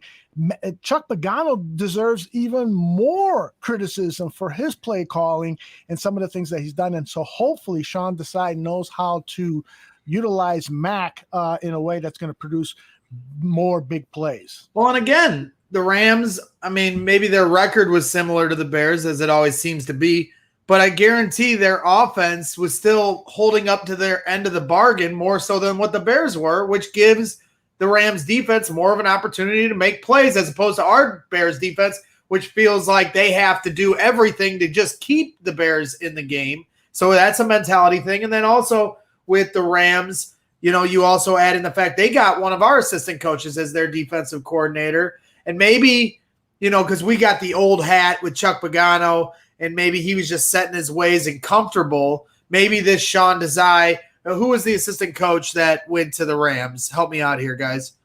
He's a head coach now, isn't he? Yeah, Brandon Staley. Right. And so he's coming in there trying to make an impression to his unit, young guy, fiery, and maybe that's what we're going to get with Sean Desai. You know, I had Jeff Joniak on for my most recent, you know, in-home show, and he was really speaking highly of what Sean's going to bring to the defense. You know, it's a wait and see thing for me. I don't know one defensive coordinator from the other, but, you know, as long as they're doing their job, you won't hear any complaints from me. So, you know, I'm certainly, you know, on board with what Chubbs is saying. You know, the defensive coordinator has to hold his end of the bargain in putting these guys in the right position to make plays. I mean, remember at one point last year when we're playing the Packers and they line up Danny Trevathan with the wide receiver in the slot, and you could see, like, I'm not even a guy that understands, you know, play breakdown, but you could see it pre-snap. You're like, no, like Home Alone scream, and then he just blows right past him. That can't happen this year. So, you know, and what was even more irritating about that is that the coaches tried to disguise what it was clearly a mistake. Matt Nagy says players have to make plays. Fuck you, dude. It's impossible for Danny Trevathan to guard a guy who is so much faster. Coaches have to make plays. Coaches have to put players in the position to make plays. What they did there in that press conference afterwards, Nagy on the post-game conference, or maybe it was the Monday conference after the game, and Pagano on his Thursday press conference was fucking a joke. It was like, come on, we're not that stupid about football. We know there's just no way you should have had that guy guarding that guy. Bullshit. Right. Well, I think that's why the Mike Pettin hire is so critical to me as well. Is because we could always be like, look, what were you guys seeing when you're kicking our ass every fucking year? So maybe he can help bring some insight to whatever it is they were doing to stifle us at all times. You know, it just seems like Green Bay's always one step ahead of us. Yep. Yeah, I you know, that's the story of the last 2 decades. Let's hope Aaron Rodgers goes over to Jeopardy and we can. Greg, earlier today, he was on TNT and they asked him if he was going to be the quarterback, and he said, "We'll wait and see." I mean, he's going to be there. He unequivocally, unless I'll be like, "Look, I was fucking wrong, and I'm happy to be wrong." There's no way. I give a 0% chance that he's not playing for Green Bay. Zero. It is, and I'll believe it when I see it kind of thing. I mean, regardless of it all, it certainly is good for the Bears that there's this much infighting and lack of preparation if he does indeed come back. But yeah, I mean, I tend to agree with you, but hey, a boy can dream, right? Regardless, it definitely seems like that one more year. It's like almost him and Russell Wilson are not going to be with their teams after this season, for sure. Hey, wait a minute. Aaron Machowski is in the chat room. Aaron, I hope you're feeling well. I hope everything is good. Thank you for showing us that you are alive and well. Aaron was going to be on the show with us, Greg, but couldn't make it for some reasons that I won't get into. But he was getting a blowjob. Well, you guys are the good ones to ask, and Aaron too, because you guys, are all up a movie and TV show buffs. I'm seeing a lot of people talking about the announcement of the third season of Succession on HBO, and this is a show I'm not familiar with at all. Should I ask you about it, or should I just shut up and go watch it? You can ask me, because I've watched, I binged watched the first 2 seasons. It was something that I was going to watch with my wife. She and I watched the first 3-4 episodes. She says, I'm going to bed. I go, okay. I stayed up all fucking night watching season 1. And then the next day or 2 later, I watched all of season 2. I fucking love that show. The acting on it is great. The drama on it is great. It is. Well, I mean, should I ask what it's about, or should I just go find out for myself? It's basically about a rich family and how they are such fuck-ups in terms of managing their wealth and reputation. And there's all this political infighting within the family. People, the kids of the father who built the business, they're all fighting each other for power because he's getting on in his age. Sounds a little bit like the Trump family, some people say, but it's really, it is what it is. Just judge it for what it is. It's a really, really great drama, and I can't wait for season 3 to drop. All right. Yeah, definitely. I see everybody's so hyped up for it, so I've got my ears up. You'll love it. Because we're rewatching Ozarks right now because we're bored. So really? Yeah, I mean, we love that show. So, and we know that the next season's coming eventually. But it is good to try to find somebody that or find a new show that's got, because everybody was so about, when you talk about Breaking Bad or Ozarks kind of clip, I didn't like The Judge with Bryan Cranston. Is that what it's called? The Judge? Yeah, I think that's the name of it. I have not seen it, but it's okay. I mean, it's like Breaking Bad light, and the acting isn't as on point as I'd like it to be. And there's a mob family, and I felt like they didn't cast it perfectly. So, I'm looking for a good drama, that I can sink my teeth. Ron Rupnow is recommending Alone, if you've never seen it. And Dan, what would you recommend for Greg? I definitely haven't watched Succession or whatever. I have zero interest in that show. But I don't like Ozark either. I thought Ozark was just so overrated. I don't like Jason. Oh, you're crazy. You're crazy, dude. You're nuts. Ozark was so implausible. Like, this is not what would happen. Like, it's just like, oh, somebody stole the money. Like, the fucking guy would have killed him episode 1. If that were fucking, don't insult my intelligence. Well, certainly his wife would have got the bullet episode 1 in the real world. Yeah, I mean, like, I can't. I'd rather fuck, man. Don't. You're crazy. The acting is stellar. It's outstanding. I don't get it. That seems like a show that would be on CBS to me. It just seems so fucking. It's supposed to be so edgy, but it's like PG-13. You're crazy. How many episodes did you see? I watched the majority of season 1, and it was so disappointing.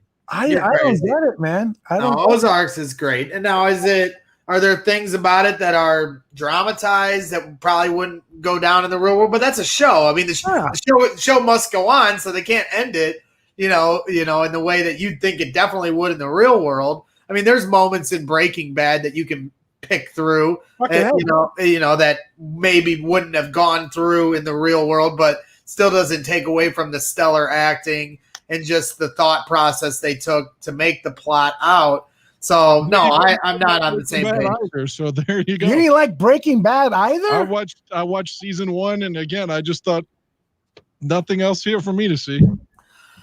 I know. I don't know. I don't get it. I don't know. All right, Dan, give me a show that is a drama and that you say, man, this fucking show, there's nothing implausible about it. I mean, I don't know if I would say I always try to suspend reality when you're watching the show. Need but to, if it's so ridiculously, egregiously implausible, then it's hard for me not to be critical of it.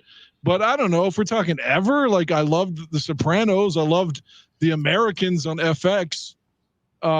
In terms of like a drama, an action drama. Like I said, The Sopranos are fucking tremendous. I saw the first season of The Sopranos. I have them all. I have the whole DVD set, and we tried to start it off.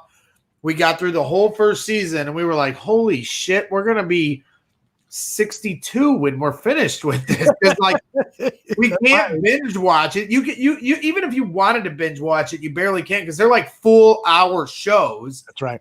And so we really can only watch, like, when we're at the end of the night and we put Addison down, we can only watch one show, 1 hour, maybe 45 minutes. An hour, an episode.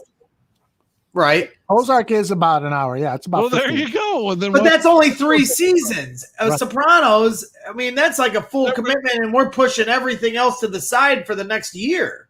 It's just hard. There were 6 seasons of The Sopranos, although they split season 6 into like 1 and 2 different.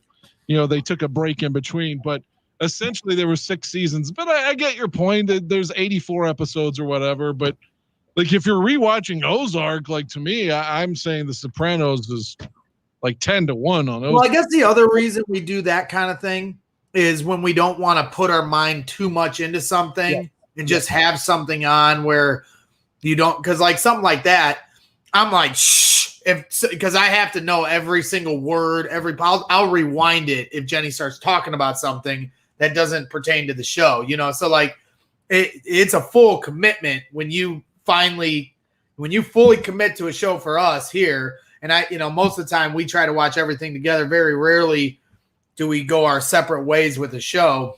So it's a little tricky, especially with the little one now, because we got to pick and choose our spots.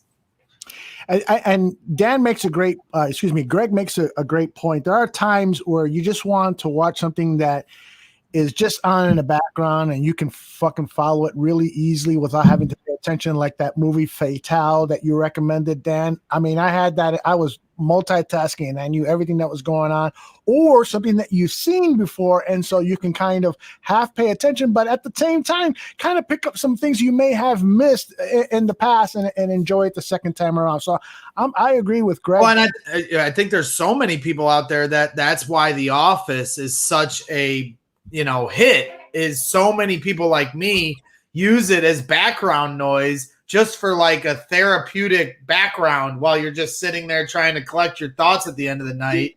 And for me, that's exactly what I use, when I'm in a comedic mood.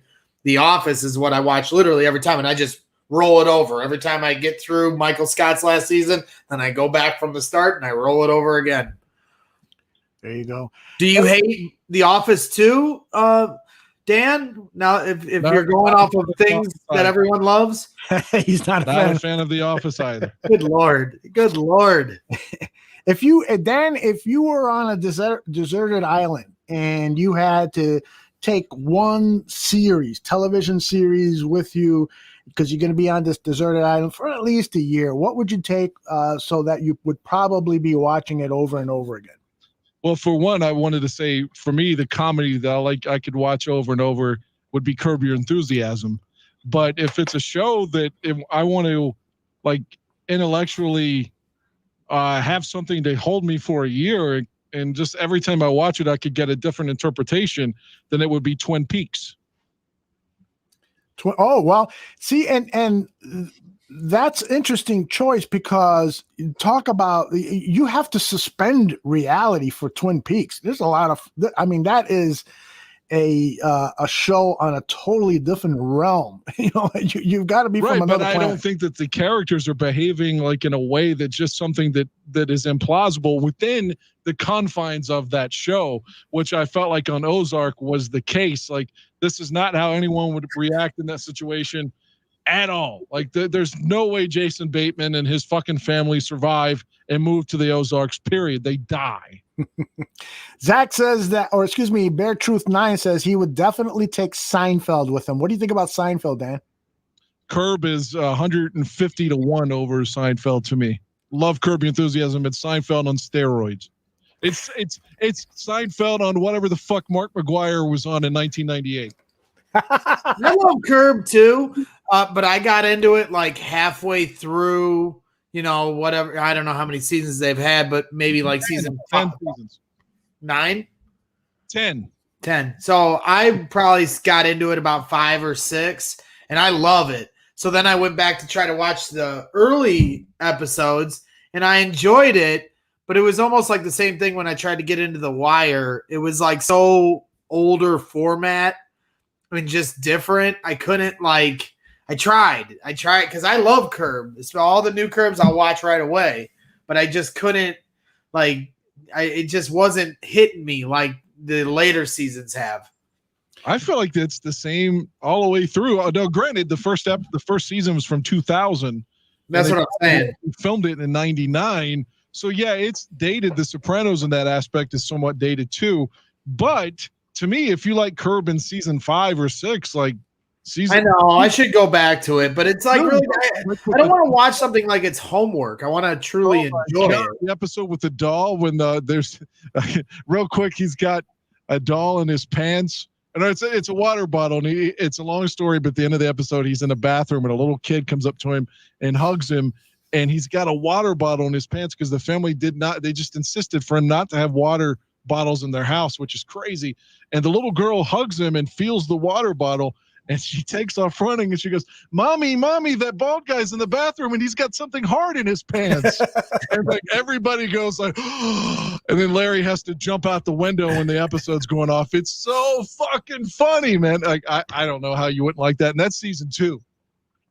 Yeah. I'm not a big fan of Curb Your Enthusiasm. I think it's very funny, but I definitely would not take it. Okay, here goes another real quick. Season 3, God, what's her name? Fuck. Okay. I can't think of the comedian's name that's on the show off the top, man. I don't know why. She was on Inside the NFL for some reason at the end too. But nevertheless, she's friends with his wife Cheryl at the time on the show. Susie Hessman? No. She happens to be black. Okay. And she's got a rapper boyfriend, Crazy Eyes Killer. Mm-hmm. And Crazy Eyes Killer comes up to Larry and is like, Larry, what you talking about? You don't like to eat pussy, bro? And he's like, I just don't like to do it. My neck hurts. And because Crazy Eyes Killer inspires him to go down on Cheryl, and he gets a pubic hair stuck in his throat for the rest of the season. That was episode 6. I remember that. I remember seeing that. Yes. Oh, that is so fucking funny. It's a great bit. You see but the thing about Curb Your Enthusiasm is that's what the show is. When they don't actually script it, they come up with bits and the actors ad lib it, which is fine. It's like going to, the theater, Second City here in Chicago, and seeing the actors, you throw ideas at them. Hey, a guy with a pubic hair in his mouth and he can't get it out, and they act it out. Well, that's what Curb Your Enthusiasm is, and so that's fine. But it's not, to me, a show with a well plotted out storylines for an entire season. It's not a show that has anything other than just raw jokes to me. I'm not explaining it well. There's an arc within each season. And the comedian I was trying to think of was Wanda Sykes. Oh yeah, she's great. But yeah, within each season there is an arc that makes that one individual season like that season. For example, in season 5, Richard Lewis needs a kidney. In season 4, he's going to try to go to Broadway. In season 7, they have the Seinfeld reunion. Season 8, he's going to New York. Every season has an arc that binds like those 10 episodes together. Yeah. It's not as prominent maybe as different shows, but yeah, they do have a something. Like in the latest one, they're making the bakery, right? The Spite store. It's so fucking great. Right. It's one of the best seasons of all of them. And the MAGA hat episode is my favorite. Oh, that's a great episode. It's the funniest scene in the whole season when he's driving and he puts the hat on. The guy's like, "Oh, okay, never mind. Go ahead." Yes. Hey, the Factor wants to know if we've ever watched Game of Thrones. I know. Jenny and I did binge this. Yeah, and you loved it, right? Yeah, I really enjoyed it. I really, really liked it. The last season, I guess I was just as critical as everybody else because it felt very rushed. I agree. The last 3 episodes felt extremely rushed. But aside from that, it was a great journey all the way through. Go ahead, Dan. Tell us why you don't like it. I've never watched one episode of it. What the fuck is wrong with you? I don't. There's one scene, the fucking queen and stuff. Like the fog's coming in, thou shall not, and like I said, I just don't like shit set in that time frame. I'm sorry, I just don't. But you like seeing guys fucking and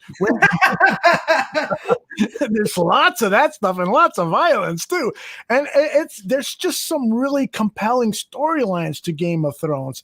To me, it's must-watch TV. You've got to give.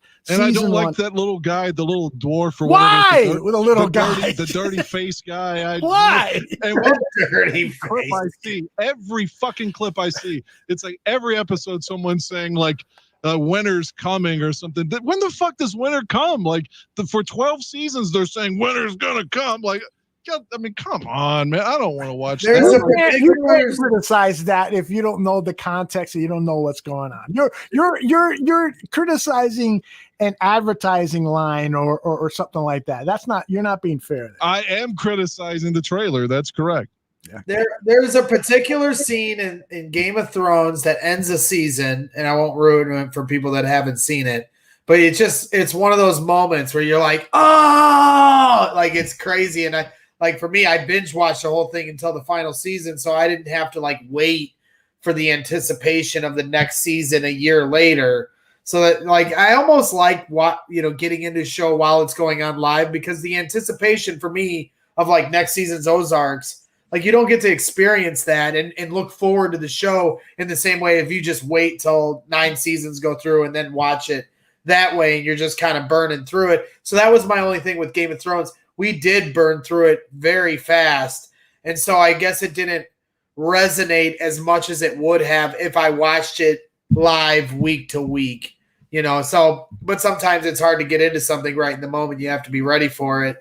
But I really did enjoy it. I just wish they would have not rushed the ending as it felt. And a lot of people felt that way. So another good drama that was on HBO that was really good from my perspective was 6 Feet Under. Oh, I love that show. Yeah, tremendous. And for those someone of you, like me, I kind of fixate on death anyway. So every episode somebody's dying, you see how they die. I like darker shit just because of my life experiences. So yeah, for those of you not familiar with the show, 6 Feet Under is about a family that they own a funeral home, and you see the every week, like Dan said, there's somebody that dies, and so that's part of the storyline. But the other part, the one guy became famous afterwards on Dexter. That's right. Boy, I'm forgetting his name, but yeah, excellent actor. And so part of the storyline is that person's death that you see at the beginning of the movie, where you learn more about the character and that person's life and so forth. But the other part of the storyline, the major part of the storyline that goes from episode to episode, is just the problems that this family is having. Like the oldest son didn't want to get into the business. He's always wanted to do things. The younger son is gay, and he's been hiding his homosexuality for a long time. The wife, who was married to the funeral home owner, the dad, who dies in the very first episode, she's got all sorts of issues and stuff. And it's a very intense but really well done show. It's done by Alan Ball. And if you like the movie American Beauty, it has that feel to it. So it's definitely a good show. American Beauty is a great film. Yes, it is. I totally agree. Zach Sullivan says 6 Feet Under was good. Dexter before he was Dexter, indeed. And we have to be critical of Dexter for one thing. That fucking ending was awful. Yeah, I never saw Dexter. I had a friend that never saw with it. Dan, stop the Ozarks rewatch and watch at least season 1 of Dexter. You and Jenny will love it, man. Yeah, I had a friend that was obsessed with it, and he kind of looked like Dexter too. He's actually crazy like Dexter too. So like it's twofold. It's twofold. You have a lot of plastic and knives and yeah. Stay away from them. I tell you a show that everybody loves also that I just couldn't get into, and I did try to watch it because at the time my wife was a huge fan of it. And everybody seems to like it, is on Showtime. I think it just ended. It's got, why can I not think of it? They play the Gallaghers, their character name on it. Shit. And Billions? Aldo, it was a really famous show. It was on like 12 seasons. 12 on what channel? Showtime. Weeds? No, it wasn't Reeds. God, everybody fucking liked it. It was just so, unrealistic. Shameless. Yeah, that's it. That's definitely it. Yeah, I have not seen it, and I've been chastised by family members who love that show. I thought it was the most overrated show I had ever watched. Well, you mentioned American Beauty, and I love that movie too. And along with a lot of other Kevin Spacey movies, I've found it hard to go back into my love affair of Kevin Spacey movies with his, now his history comes out and he plays a creep in so many of these shows and movies. And then what his real history is. And you're like, it's like hard to like push that aside and just enjoy the art of the film. For instance, like House of Cards. We loved House of Cards. Mm-hmm. And he ruined that because of all his transgressions, and then they couldn't finish that show properly. And I feel bad because they made the final season without him, and I couldn't get into it because it just wasn't the same. So it was just such an unopened, unopened ending, and it's just disappointing, that he had all that in his history, and that because like I said, it's just harder to enjoy his work because of it. It just is. I mean, I don't know. For some reason, I can listen to a Michael Jackson song and it doesn't resonate with me, but for whatever reason, when I watch a Kevin Spacey film, especially like House of Cards, when he's being very rapey and then what his history is, it's hard to like just watch it and push that to the side. That's right. There's some scenes in House of Cards where he's having sex with his assistant, a male assistant, and he's using his power and influence in so many scenes. And so you almost think like, boy, I wonder if this was Kevin Spacey's idea. Right. Like it didn't take him too much to like find that. Yeah. Yeah, it is. I will still watch a Kevin Spacey movie, but I won't go out of my way. I won't say, well, yeah, here's a Kevin Spacey movie, let's watch it. But if it just happens to, if I happen to come across something and it's good, I'll probably watch it, but I hear what you're saying, Dan. It's the same. I love Seven, though. I don't care what anybody says. Well, then what the good thing about Seven is, spoiler alert, he doesn't appear until the last 10, 15, 20 minutes. Have you guys ever seen See No Evil, Hear No Evil? Yeah, Gene Wilder and Richard Pryor. And Kevin Spacey's the bad guy in that. I didn't know that. Yep. Wow, I had forgotten that because I haven't watched that since like 1990, but yeah. Dude, it's one of my favorite old school comedies ever. Like I saw it as a young kid and it just, I don't know, for whatever reason, it just made me laugh so hard that it's like always in my all-time favorites. Hey, Bear Truth wants to know, Dan, what you feel about South Park or Family Guy? I watched so much Family Guy because of my ex-wife. She loved Family Guy and American Dad. Mm-hmm. There were always parts of each episode that I would laugh at, but it wasn't a show that I was going to seek out. She also watched Bob's Burgers a lot, but it's not something that I'm going to watch on my own. And South Park, again, it's like if I'm watching an individual episode, sure, there'll be something I laugh at, but to me, it's like South Park and The Simpsons both. Can you just fucking go away? You've been on like, it's like a fucking hemorrhoid that just won't stop coming back. Like season 200 of The Simpsons? Well, The Simpsons is actually one of the longest running TV shows in history. Don't I know it? It's like Aaron Rodgers. Just go away. 32 seasons of The Simpsons. Damn it. And currently, of the TV shows that are on right now, the next longest is Law and Order SVU, 22 seasons. So The Simpsons has Law and Order SVU beat by 10 fucking seasons. That's amazing. Well, the greatest seasons of The Simpsons for me are the seasons where Conan O'Brien was one of the main writers in the show. And he actually just wrapped up his show, which was a long-standing show. I mean, he started in the early 90s, so that was probably on the list until he just wrapped up, a few weeks ago. But yeah, I'm with you, Dan. Like, as far as South Park, Simpsons, I was all in. Each new episode I'd watch growing up, but then I fell off, once I got out of high school or whatever. But South Park, I guess now I would never watch a random new Simpsons episode. But every once in a while, South Park will do something that's topical that I will tune into, and they seem to always do a good job of kind of poking at the bear of whatever that is, whatever the story is.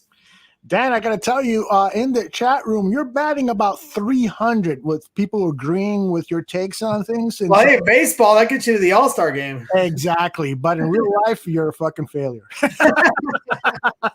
I feel like a failure, so I'm there with you. That's part of how we started the show today. Stop it. Well, the Factor was asking if we watched Stranger Things. That's a show that I got into right away. I absolutely love it. Can't wait for the next one to come out. And I thought the second season, I wasn't sure how they'd be able to continue it, but I thought the second season was better than the first. And that's a good sign. What do you think about Stranger Things, Dan? I thought those little fucking kids were annoying. I'm sorry. Oh no! Get the fuck out of here! Oh my god! I almost feel like you all are just asking me shit that I'm not gonna like at this point, just to go on the opposite side. Dude, it has a Goonies vibe. Come on now, you don't like the Goonies? I mean, this is a great vibe. The Goonies. I mean, I watched it in like '85. I liked it when I was a kid. By the way, I watch it now. No, God bless Richard Donner, the director of the Goonies. He passed away. I think it was yesterday. He was also director. Yeah, I'm serious. He was also. He was supposed to do Lethal Weapon 5. I guess that's right. Now. He did the Lethal Weapon, the first Lethal Weapon movie. He did the original Superman movie with Christopher Reeve. He did a lot of great films. But perhaps no greater film than the Goonies. No greater. And Dan, if you haven't seen it since '85 and you don't think you'd enjoy it now, I challenge you on it. It's a classic. And the Fratellis, they're worth watching it just for in and of themselves. I mean, we all know the kids are the backbone of the movie, but the Fratellis are hilarious in that movie. Come on now.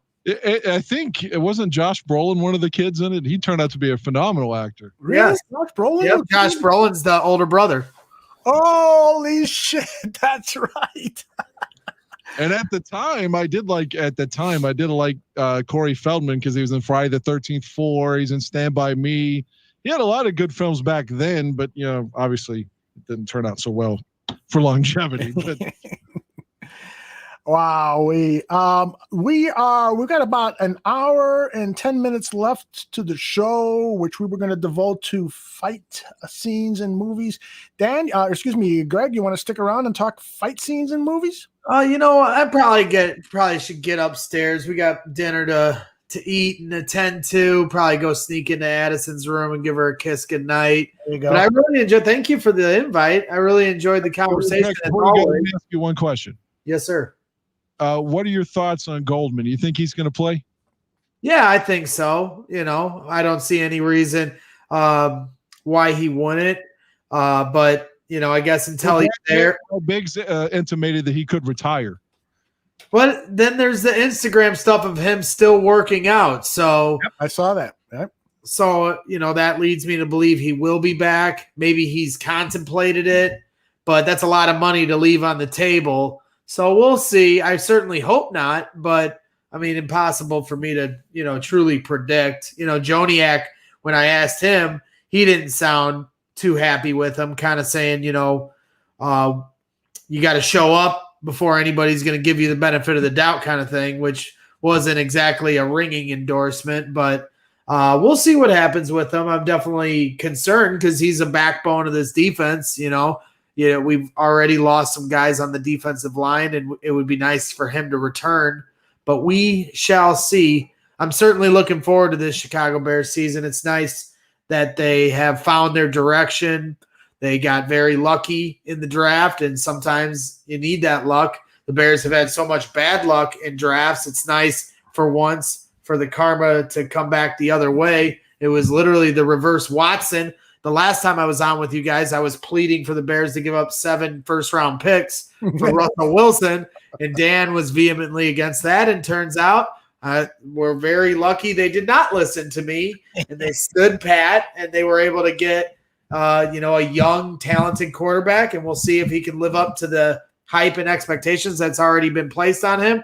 But I have a good feeling for it, just like, all the bad luck we've had in drafts. We've had a lot of bad luck with players working out. Maybe that will be the reverse this time. But regardless, the destination or the journey is more fun than the destination in sports for me. And so the start of the journey is always the most fun.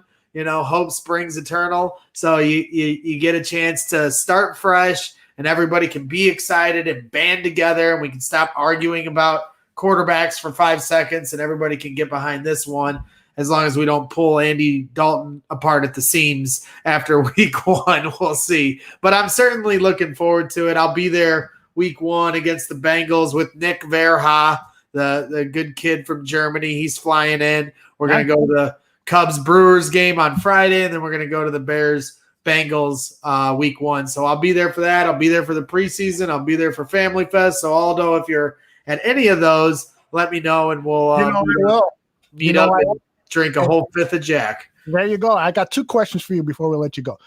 The first one is football related, and that is, if Aaron Rodgers comes back to play with the Packers, are the Bears still the best team in the NFC North? Because I think we can all agree that if Aaron Rodgers is not playing with the Packers this season, then the Bears clearly are the best team in the NFC North. I definitely feel that way, but if Aaron is there, obviously the edge goes to the Packers, but I don't think the Bears are as far behind as some would think if Aaron Rodgers does return. I mean, last year they were leaps and bounds better than us, and the Bears still, could have fought if they had any kind of backbone on offense. They probably could have, as a bug flies over my head, could have, I mean, you look at the last time they played them, it was closer.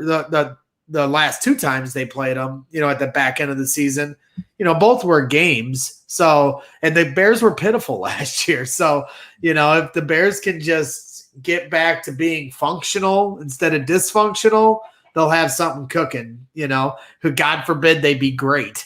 We get that once every 10 years. So we don't want to get greedy over here, but I'm certainly looking forward to it. No question about it, especially with my Cubs floundering on about to be 11-game losing streak. So we could talk to you for about an hour on that, and maybe we'll do that on one of our. You guys are about to talk fight scenes in movies, huh? That is correct. Okay, well, obviously, Fight Club, when he's spitting all that blood out, begging to keep the basement. If you don't like that movie, Dan, I'm logging off without saying goodbye to you. I love Fight Club. There you go. You redeemed yourself, Dan. And before I let Greg go, if anyone listened to last week's show, they know that I have started to smoke marijuana.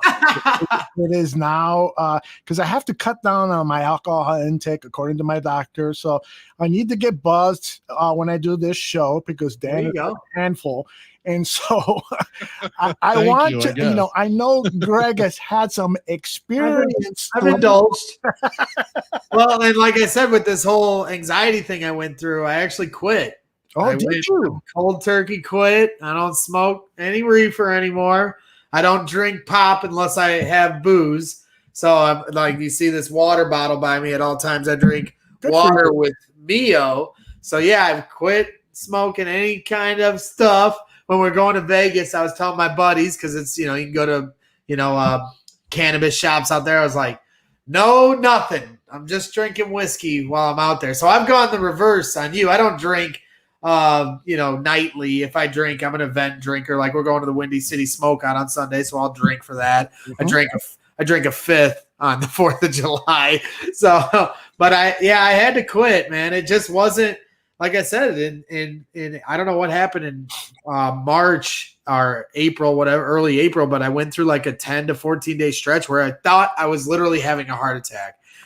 We rented out a movie theater, and we were going to watch Back to the Future, and it was just going to be the four of us in this whole movie theater. I couldn't, 5 minutes into it, we had to leave because I started having like a panic attack. Yeah. And so I went to the, not the emergency room, but I went to the urgent care. They looked at me and gave me some medication for ulcers and anxiety, which I was on for a little bit. Now I'm not on either, but I just kind of, this is with the health kick, trying to get skinny, and all the other decisions I've made are more for long-term health reasons, as opposed to, when I was getting skinny, it was just because I wanted to look better in the mirror. Now it's more about trying to do it so I could live a full life and be there for Addison. So the motivation is a little different now. So, I honestly don't miss it, the Mary Jane like I thought I would, but like I said, my focus is kind of in a different place now. So,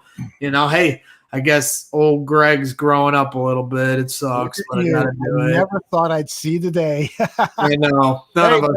I'm very proud of you for many, many reasons. I can see you're a good friend. Let people know about Brags in the Stands, where they can run into it, and let people know about your Twitter handle, etc. Well, obviously, you can run into Brags in the Stands in the fucking stands all day, every day, whether it's at Wrigley Field, Soldier Field, United Center, or soon to be Mackey Arena, Chubbs, because the Purdue Boilermakers going to be top 5 in the country, buddy boy, to start the year at the very least. And so I'm very looking forward to going to all those games, returning to Soldier Field for the first time in 2 years here, coming up in less than a month. So looking forward to those things. But you can find my show on YouTube, Twitter, or Facebook. I have a group and a page. Just search Brags in the Stands or follow my personal page on Facebook. I'm always putting stuff up. Just kind of taking a little lull, doing a few shows here and there as the summer goes through, as I'm laying bricks and doing all that stuff. But have a live show coming up at the end of the month with Dan Hampton as a public signing. So hopefully he can come on, and maybe I'll do a show before that. But I'm going to Florida here in a week from today. I'm going to be going to Fort Myers. So no shows anytime soon. Working hard in the 95-degree heat, laying stone and all that crap. So trying to get through all that stuff. But certainly when football season gets fired back up, we try to do a show every Friday night. And Chubbs is always in the chat, so I always appreciate my guy. Yeah, even if he likes to talk shit. I'll tell you what, Aldo, when Purdue lost, my heart was literally ripped in half. Part of the anxiety I went through. And this guy, he's in my DMs, just daggering my heart, throwing me these gifts, like just mocking me, just completely mocking me. I love Chubbs. Chubbs is a hell of a guy. Yes, right, he is. We will let you go. Hey, one more before he goes. Does he know about our Cleveland deal?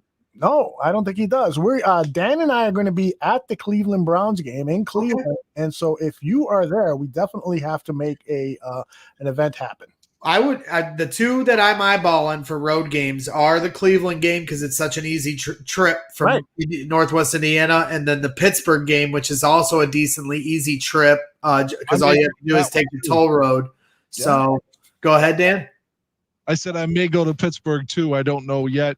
Cleveland's definitely more of a possibility for me, because my good friend and one of my sponsors on the show for Fan Bags, his name is Brian Potter. He lives in Ohio now, so he's going to that game. So I'm going to do everything I can to get there. But with all the different games I go to, I'm flying to Connecticut to see Purdue play North Carolina in November. I got to pick and choose my spots, so it's more of a last-minute decision as opposed to trying to plan it out for me. But Cleveland is certainly on the table, so I'll keep that in mind and let you guys know what I do. But it was a lot of fun talking to you guys. And Dan, I always enjoy conversating with you, even if you hate every show I love.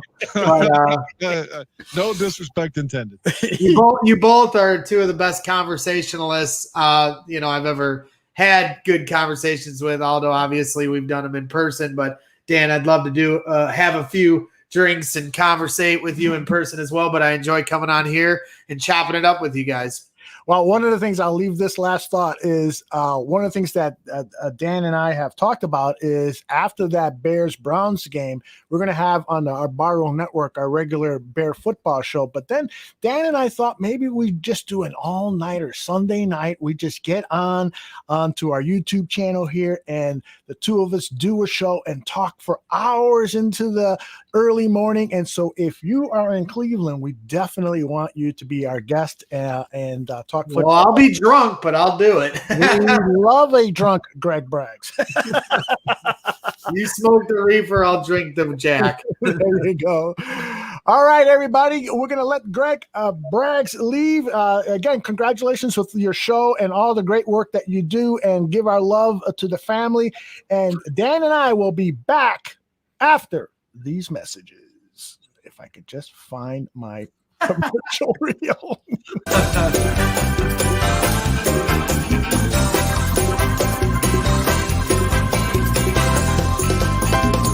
Dan and Aldo will be right back.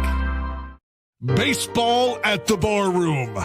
On Monday nights, get ready for the Friendly Confines Extra Innings. It's 30 minutes, it's clever, it's concise, and it's all Cubs coverage. That's followed by a killer White Sox show, South Burbs Hitmen. Then on Thursday afternoon, it's Cubs and Sox opinions and analysis with Crosstown Crosstalk. Baseball at the Barroom.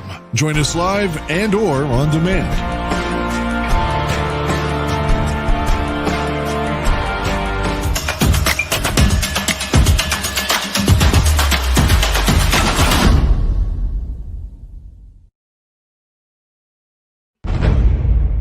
White Sox fans to this day wanted AJ Hinch. Tony La Russa haters that would rather have a guy that fixed the playoffs and World Series in season than Tony La Russa. And I have a huge problem with that. I do. Don't go preaching about, okay, he drank and this and that, and he shouldn't have done this, he shouldn't have done that. You guys wanted AJ Hinch, and you're going to talk to me about Tony La Russa.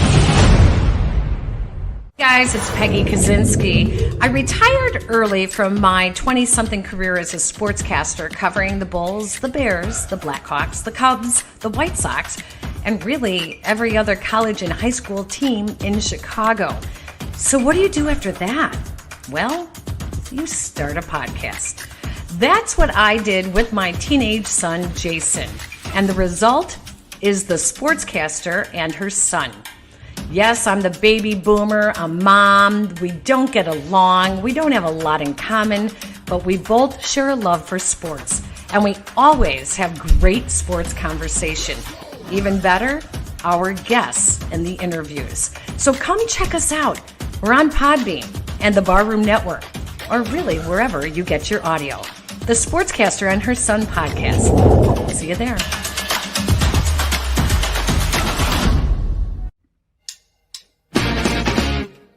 Hey everybody, it's Aldo Gandhi, and I just want to let you know really quickly that our swag shop is reopened. DeepDishTees.com is where you go, and that's tees with T-E-E-S. Clever name, guys. They're the new home of our merchandise. You can get t-shirts, you can get caps, you can get coffee mugs, you can get hoodies, you can get all sorts of good stuff, and you'll help out the bar with the purchase. So head over to DeepDishTees.com. We now return to Dan and Aldo Bare Their Souls.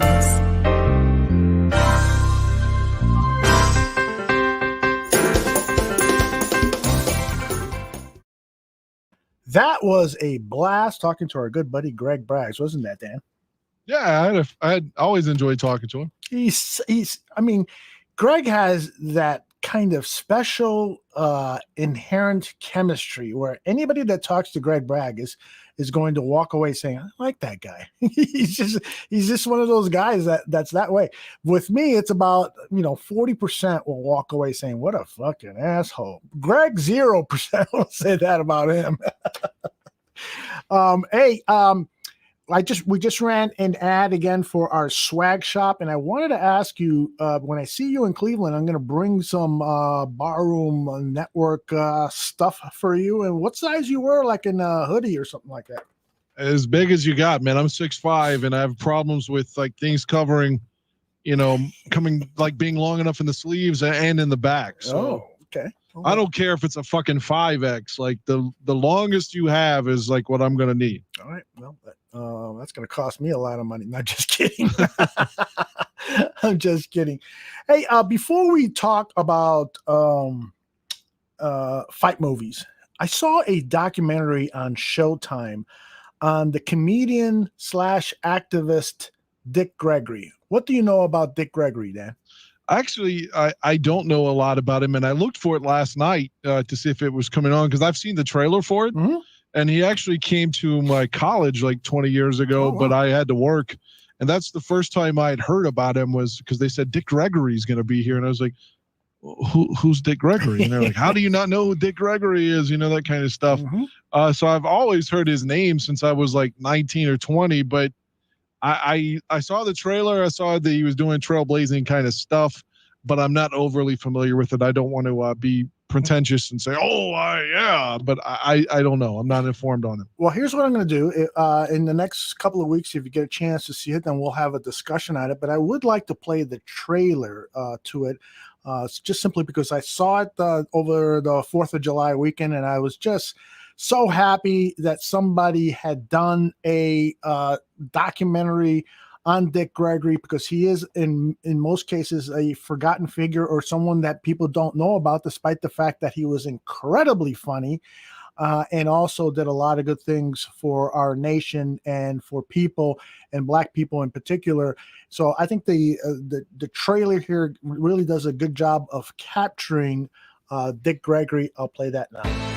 When they say this show features living color, you better believe it. Dick Gregory was one of the greatest political comedians to ever live. In about 6 more months, we're going to be forced to hire Negro bus drivers in Mississippi, so we're growing steering wheels so they can drive from the back of the bus. The stage presence was so smooth.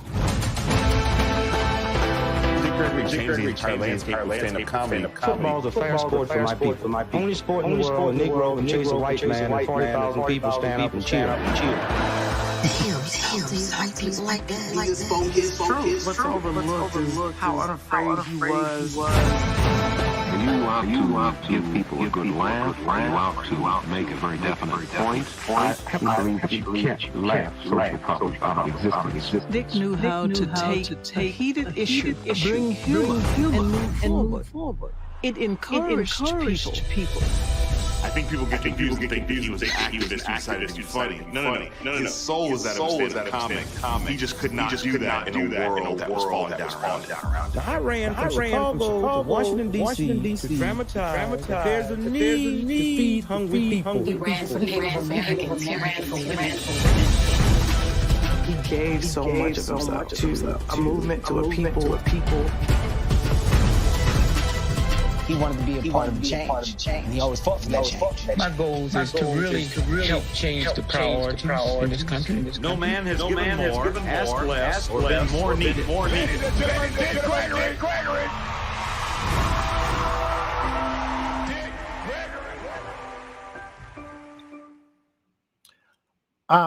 I'm being told that there was an echo during that. Did you hear the echo, Dan?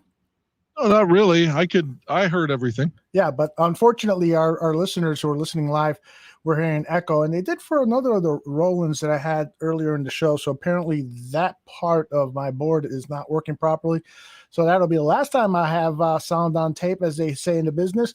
But nonetheless, I hope that you got a good indication that this guy was really a special human being, besides being incredibly funny. And in one scene in the documentary, he was supposed to perform at the Playboy Club here in Chicago, and Hugh Hefner went to him and said, "Hey, listen, we're going to give you the night off because I forgot that we had rented out the room to a bunch of conservative Southern Baptists." And he was like, get the fuck out of here. And Gregory took the stage and he started making some of these jokes, and a lot of them self-deprecating jokes, but also jokes at the expense of white people. All of them with sharp political insight, and the audience loved him. And so that's the type of person that he was. He really ingratiated himself to all audiences.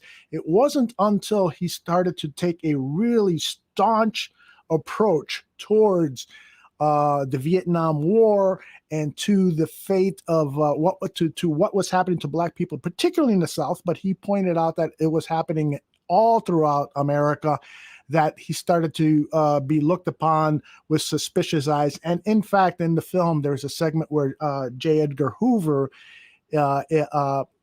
announces that he is, doing some surveillance work on Dick Gregory. So I think everyone will enjoy the documentary. It's about 90 minutes long. My only complaint about it is that it does at times feel overly reverential towards Dick Gregory. The estate of Dick Gregory, his family, and people who love them are behind the production of it. So it's not an objective point of view. There could be some other filmmaker who takes a more journalistic approach to Dick Gregory's life and can perhaps, if there's any blemishes to it, to his life, could perhaps share, some of those things. But for the most part, those things weren't talked about. Again, if there are those things, the one exception is that towards the latter part of his life, Dick Gregory had some problems. He was in a business selling shakes that would help you lose weight and so forth, and that business went down, and so that's kind of skimmed over. Plus, as he grew older, he became very irascible. He would tell people to shut the fuck up and so forth, and that whole segment is handled by people like Kevin Hart and Chris Rock with humor, and I'm sure that perhaps some people didn't find it so funny that Dick Gregory had developed a really kind of, that old guy mentality, get off my lawn kind of thing. But be that as it may, I do think that it's highly worth watching. You going to watch it, Dan? Yeah, I'm not opposed to watching it. All right. So sorry about the echo, people. We are now going to talk about fights in movies, Dan. And so I'm going to start off with you. You sent me a couple of titles earlier tonight, and let's talk about They Live, the John Carpenter movie with your guy, what's his name? Roddy Piper. Roddy Piper. Tell me why this is a great fight scene. Because it looks real as shit. And I know that I used to listen to Roddy's podcast. He since passed away a few years ago. Mm-hmm. I wasn't like a huge Piper guy as a wrestler, but he was a notorious bad guy in the early 80s. I would have been then if I'd have been older. But he was fascinating to listen to, just his stories. And he did comedy sets at the comedy club out in California and stuff. And just listening to him talk, he was a great storyteller. But so he had retired early from the WWF and got this part, and it wasn't like, oh, well, we're looking for a wrestler. He won the part. He legitimately won the part from John Carpenter. And the movie's called They Live. And I know from listening to the podcast, Keith David, the guy he's fighting in the scene, who was in a lot of like late movies in the late 80s and 90s. But Keith David was so amped up for it that he hit Roddy like for fucking real the first punch and nearly broke his nose. And Piper was like, "It's okay, let's keep going." And he was like, "Oh man, I'm sorry, I'm too amped up." And he was like, "Really, it's okay." So they really did beat the shit out of each other. And the scene is like 7 minutes long. I mean, and they make it look like a real fight. That's all. That just popped out of my head. It's not my favorite film by any stretch. I enjoyed it, but if you've never seen it, the idea is it's kind of like, it sounds like a deep state conspiracy film now. It does, yes. But the idea is that we're controlled, but the only way you can see that the people are controlling you is if you're wearing these glasses. And he's telling Keith David to put them on. Just look through the glasses. He's like, "I'm not going to look at your fucking glasses." and this leads to just an incredible fight scene. It's funny that you say that because I was actually playing a clip of the fight scene. And as soon as you said glasses, the glasses fall to the ground and Keith David kicks them and throws them away. And now Piper is chasing him and drags him, and the fight scene continues. As you said, it is probably one of the longest fight scenes ever done in a movie before. And I wasn't a huge fan of this movie, but it is one of those movies, for me anyway, that the more I watch it, the more it comes up and I start watching it, the more and more I appreciate it. John Carpenter is one of my favorite filmmakers. He, of course, splashed onto the Hollywood scene with his movie Halloween and has made a bunch of other movies after that I love. The Snake Plissken movies. The first one, of course, is the better of the two, Escape from New York. Yeah. And he's just been a prolific filmmaker. My one complaint about John Carpenter is I don't think he ever did a good job of directing actors. So he had to find the best actors and just let them do whatever they do. When he worked with guys who were not good actors, the movies showed that. Now, perhaps the exception here is Piper, because while he is not, I think this was his first movie role, he was excellent in it, and most guys who are wrestlers are actors. So perhaps that's part of it. But I just think Carpenter was not really good at directing actors. And so, but this movie was pretty good. Damn good fight scene. Yeah, Piper, his backstory, he came from a broken home as a kid and basically had to just go out and live on his own at like 15. Mm-hmm. So in his real story and just having to be on the street and being a skinny white kid, homeless, was molested, all this kind of stuff, like he brings a certain ruggedness to the character, because that's kind of who he was, just a tough blue collar kind of guy that had to fight for everything he ever earned. So that's sort of the character that he portrays. And I think that's why he won the part, because it's just so damn honest when you see it. You're like, this is really who this guy kind of is. But it's not like John Carpenter knew that. He did, you know what I mean? It's Piper just came in for the audition and legitimately won it, Mm-hmm. All right. Well, I mentioned earlier in the show that Aaron Michalski was scheduled to be with us, and Aaron is a movie lover unlike anyone else. No one surpasses his loves for movies, and he's got a great knowledge of movies, and so we're really going to miss him for this part of the show. But he has promised to join us either next week or a very upcoming show. He did send me a list of some of the fight scenes that he particularly loved, and one of them is The One. Have you ever seen The One, Dan? No. It is with Tony Jai, and I'm showing a clip of it now. And this is really a fascinating clip.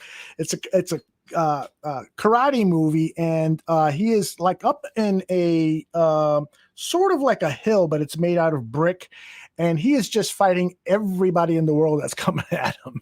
And this is just a great scene. I included it in the promo for the show that we sent out on our Twitter feed. This guy can fight. And, a lot of the movies that Aaron sent me a list of were karate movies, because karate movies do have outstanding fight scenes.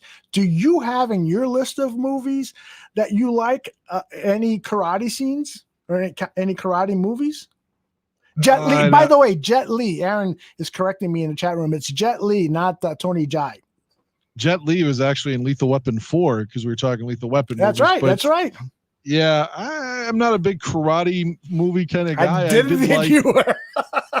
I did like, and this guy's such a punchline now, but when I was a kid, I really liked a film from '91 with Kelly LeBrock and Steven Seagal called Hard to Kill, where his character gets shot. It's supposed to be 1983, and he's in a coma for 7 years and wakes up in 1990, and then gets massive revenge on everyone that shot him. But I actually really enjoyed that film back then. I haven't seen it since, at least Bill Clinton was president, so it could be dreadful now. And who else was big? Like Jean-Claude Van Damme. Yeah.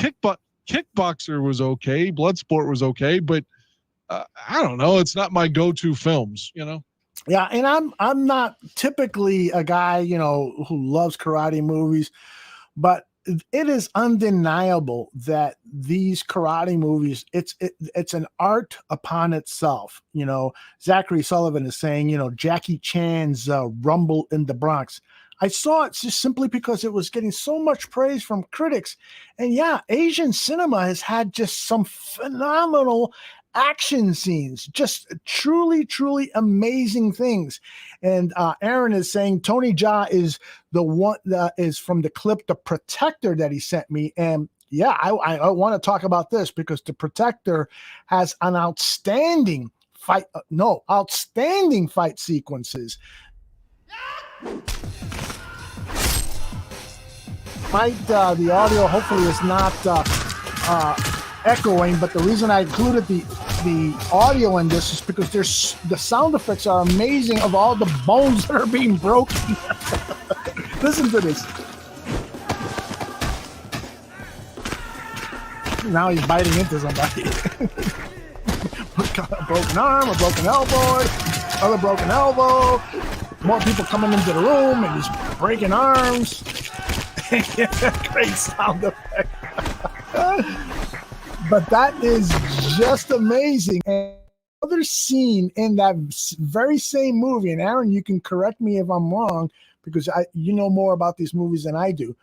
But in that movie, there is, in my opinion, if I'm going to come up with the top 3 fight scenes of all time, the scene in The Protector where Tony Jaa is going up 4 or 5 flights of stairs, and as he's going up these flights of stairs, he's taking on everybody. There's gangbangers, gangsters, and so forth. He's going in and out of rooms. There's a part where 2 people are fucking, and he goes in there and beats the shit out of people in that.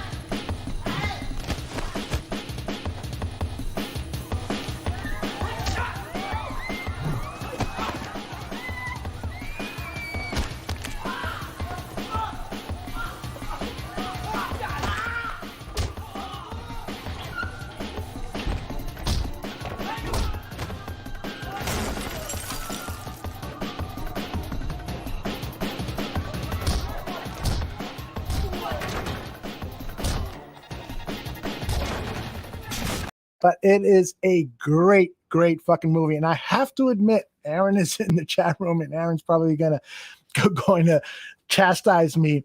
But I don't think I've ever seen the full movie. I just watched the action scenes in The Protector. I don't know what the fuck is going on in this movie, but the action scenes are just so fucking well done. And Dan, when you and I meet in Cleveland, I'm going to bring a couple of my DVDs that are Chinese, or not Chinese, but Asian action films, karate films, and they're yours for the taking. I've got a couple of Jackie Chan films that I would love for you to see. There's one that he did, the Drunken Kung Fu Master or something like that, which is just great because every time Jackie Chan drinks, he gets drunk and he starts fighting, and it's not only great action scenes but great comedy as well. You got another one for us, Dan? Yeah, I mean, I know both guys are sort of looked down upon now because of just they say crazy shit, but 1987, that wasn't the case yet. Mel Gibson and Gary Busey have a great fight at the end of Lethal Weapon, the first Lethal Weapon film. Mel Gibson is Riggs, and Busey plays Mr. Joshua. And it's a really, really good scene to cap off the film. To me, the first film is really solid. Mm-hmm. I'm just being told that we've been interrupted by YouTube. Every time I play a long clip of a scene while we're live, YouTube interrupts us. So it it's copyright claim. So we should be back on. They usually interrupt us for 60 seconds. So I'm going to be very, very careful with the rest of the clips that I'm playing. So, but nonetheless, let's get back. I think we're back on. Let me check. Hold on a second here. Stay with me, Dan.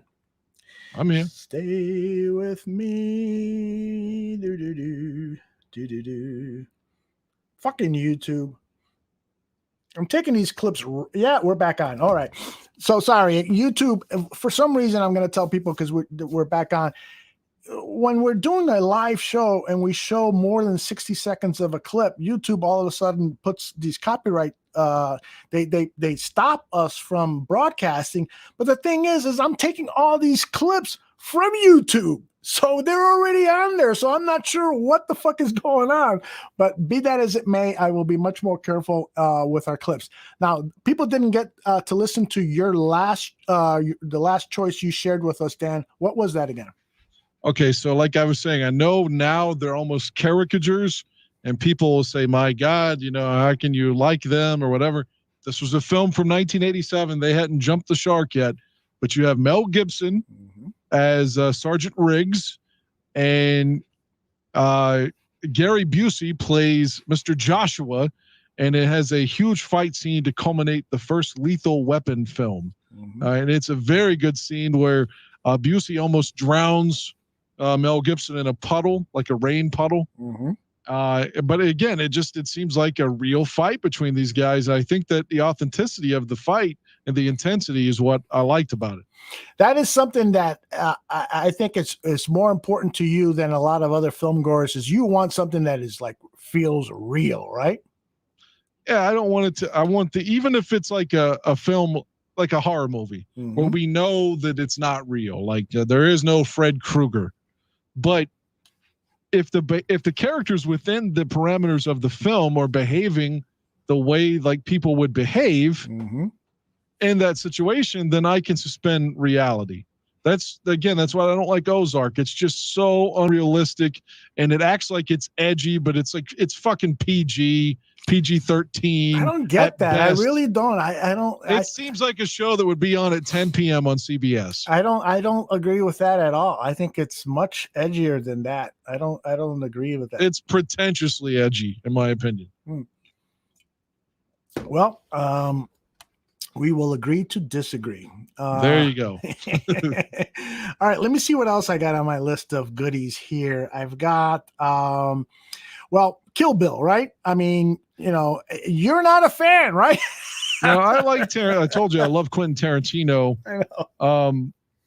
But I'm not. I think Kill Bill 1 is his worst film. Like if it's broken down into, because he wanted it to be one super long film, but it's obviously broken down to 1 and 2. I thought 2 was superior to 1, and I wasn't unhappy with it, but just the fighting gets monotonous, just over and over and over. And I guess the one thing about it that wasn't realistic is how Uma Thurman is just like, wiggle your toe, wiggle your toe. Like, why didn't Mike Utley say that when he's paralyzed for the Lions in '91? Like just wiggle your toe, Mike, get up.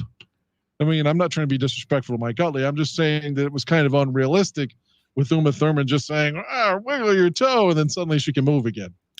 I don't know. I do think that there are times when Quentin Tarantino can be very self-indulgent with his filmmaking because he loves every word that he's written, because he loves every frame that he shoots. Kill Bill was supposed to be just a 2.5 hour movie, but he shot so much that he talked Harvey Weinstein, who's now in jail, by the way, but he talked him into making a part 2. And part 2 was actually on the scene on Showtime recently. And I'm watching that closing scene between Uma Thurman and David Carradine. And didn't he choke himself to death masturbating? Was he one of the guys that did that? I'm pretty sure he did. Yeah, I'm not going to do that, but he was. But that scene was kind of emblematic of how Tarantino directs his actors. It's like they luxuriate over every word that's spoken. There are other directors who want their dialogue delivered very quickly, because people have short attention spans and everything is spitted out. But in a Tarantino film, everything is delivered very slowly. You know what? That you reminds me of something else when you do that. If you don't mind me, just kind of sidebarring. Did you ever see the film? It's from like 90 or 91. So it's pretty old now.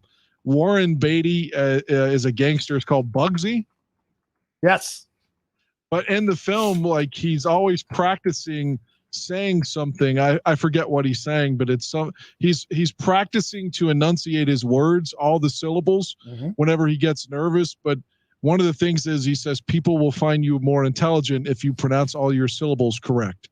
And he like practices that when he's by himself. In the film Bugsy, which is I enjoyed it. I remember it had Warren Beatty and Annette Bening. I should have brought her up in the Femme Fatale thing last week. You should have. She's kind of the reason he dies in the film. Yeah. Which is supposed to be based on some element of reality as well. Well, apparently YouTube did it to us again. I was showing Pulp Fiction, Kill Bill. Well, apparently YouTube did it to us again. Oh, we're back live. There you go. Pulp Fiction. Stop. All right, we're back live. No more clips. I'm not playing any more clips because these very sensitive people at YouTube are interested in getting us back. But fight scenes, there was one clip that I really wanted to share with people, and it is from the movie Deadpool. Because Deadpool not only had great action fighting scenes, but they were fucking hilarious too. Are you a fan of Deadpool, Dan? Didn't see it. Oh, get out. Really? Didn't see it. Let me open up the comment section and see what people are going to say about it. Yeah, fuck Dan. No, I'm just kidding. That I recommend it. It is based on a comic book, which I've never read, but apparently the Deadpool character, besides him having secret powers, great fighting powers, he also is a very funny motherfucker. And Bear Truth 9 says, Dan, you're on a roll tonight. You haven't seen it. So I highly recommend you take a look at it. I've got the DVD. I got a Blu-ray copy of it. I'll bring it to Cleveland. If you haven't seen it by then, I'll bring that and we'll have that on your to-do list of movies to watch. Okay? Very well.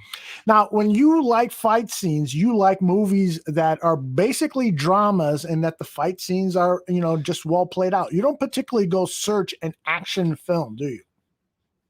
No, not really. I mean, there's some action films I like, of course, but it's not just because I want to see the fights specifically. So I feel like I'm letting you down on this topic. I apologize. Don't worry about it. You're not at all letting me down.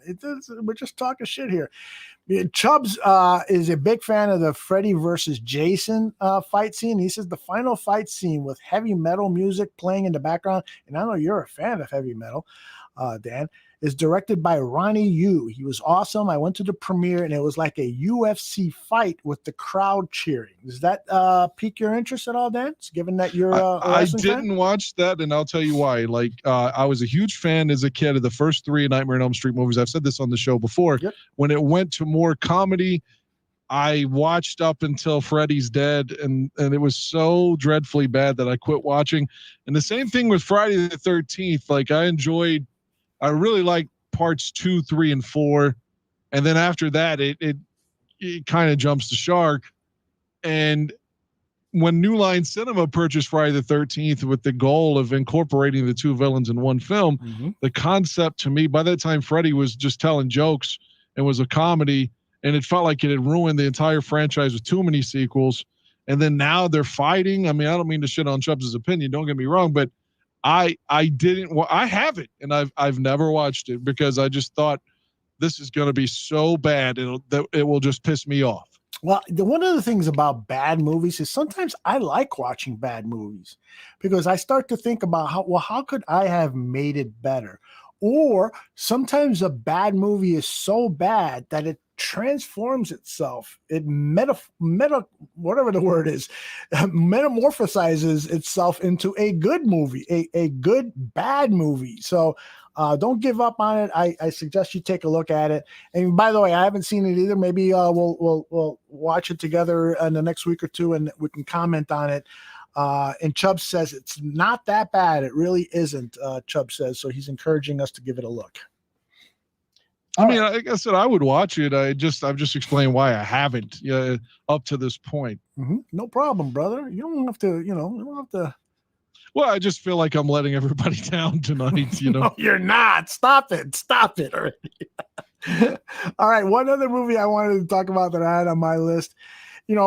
Of course, when you talk about fight scenes in movies, you're going to think about boxing movies. And when I saw the first Creed movie, I said to myself, that is the best boxing scene I've ever seen. Now, I'm not going to play it because fucking YouTube. Yeah, because they'll take us off the air. Right. But I'll describe it. And it's all, again, done in one take. And so you've seen Creed, who is the son of Apollo Creed. His corner is led by Sylvester Stallone's Rocky character. And so he's fighting this big fight. And Creed, the young Creed played by Michael B. Jordan, goes out and starts to fight. And it's all done with one camera take. And as far as I can tell, there are no cuts. There's no magical cuts on a zoom shot or a swish pan, as they call them. It's all really done on one shot. So this is a beautifully orchestrated scene. And it's also very realistic. I think we can all agree, particularly if you're a boxing fan, that the boxing scene in Raging Bull was very well done. Boxing scenes in Raging Bull were very well done, but there was an air of unbelievability to it because like every punch connected, and there's this great big sound effect. Well, in Creed, you see a lot of punches missing. You see Creed, bobbing and weaving and getting hit and also making his opponent miss. It's just a very, very realistic fight sequence. I agree with you on that. I wasn't a huge fan of the two Creed films, but your point is dead on. And the earlier Rocky films, even though I like them, I really love 1 and 2.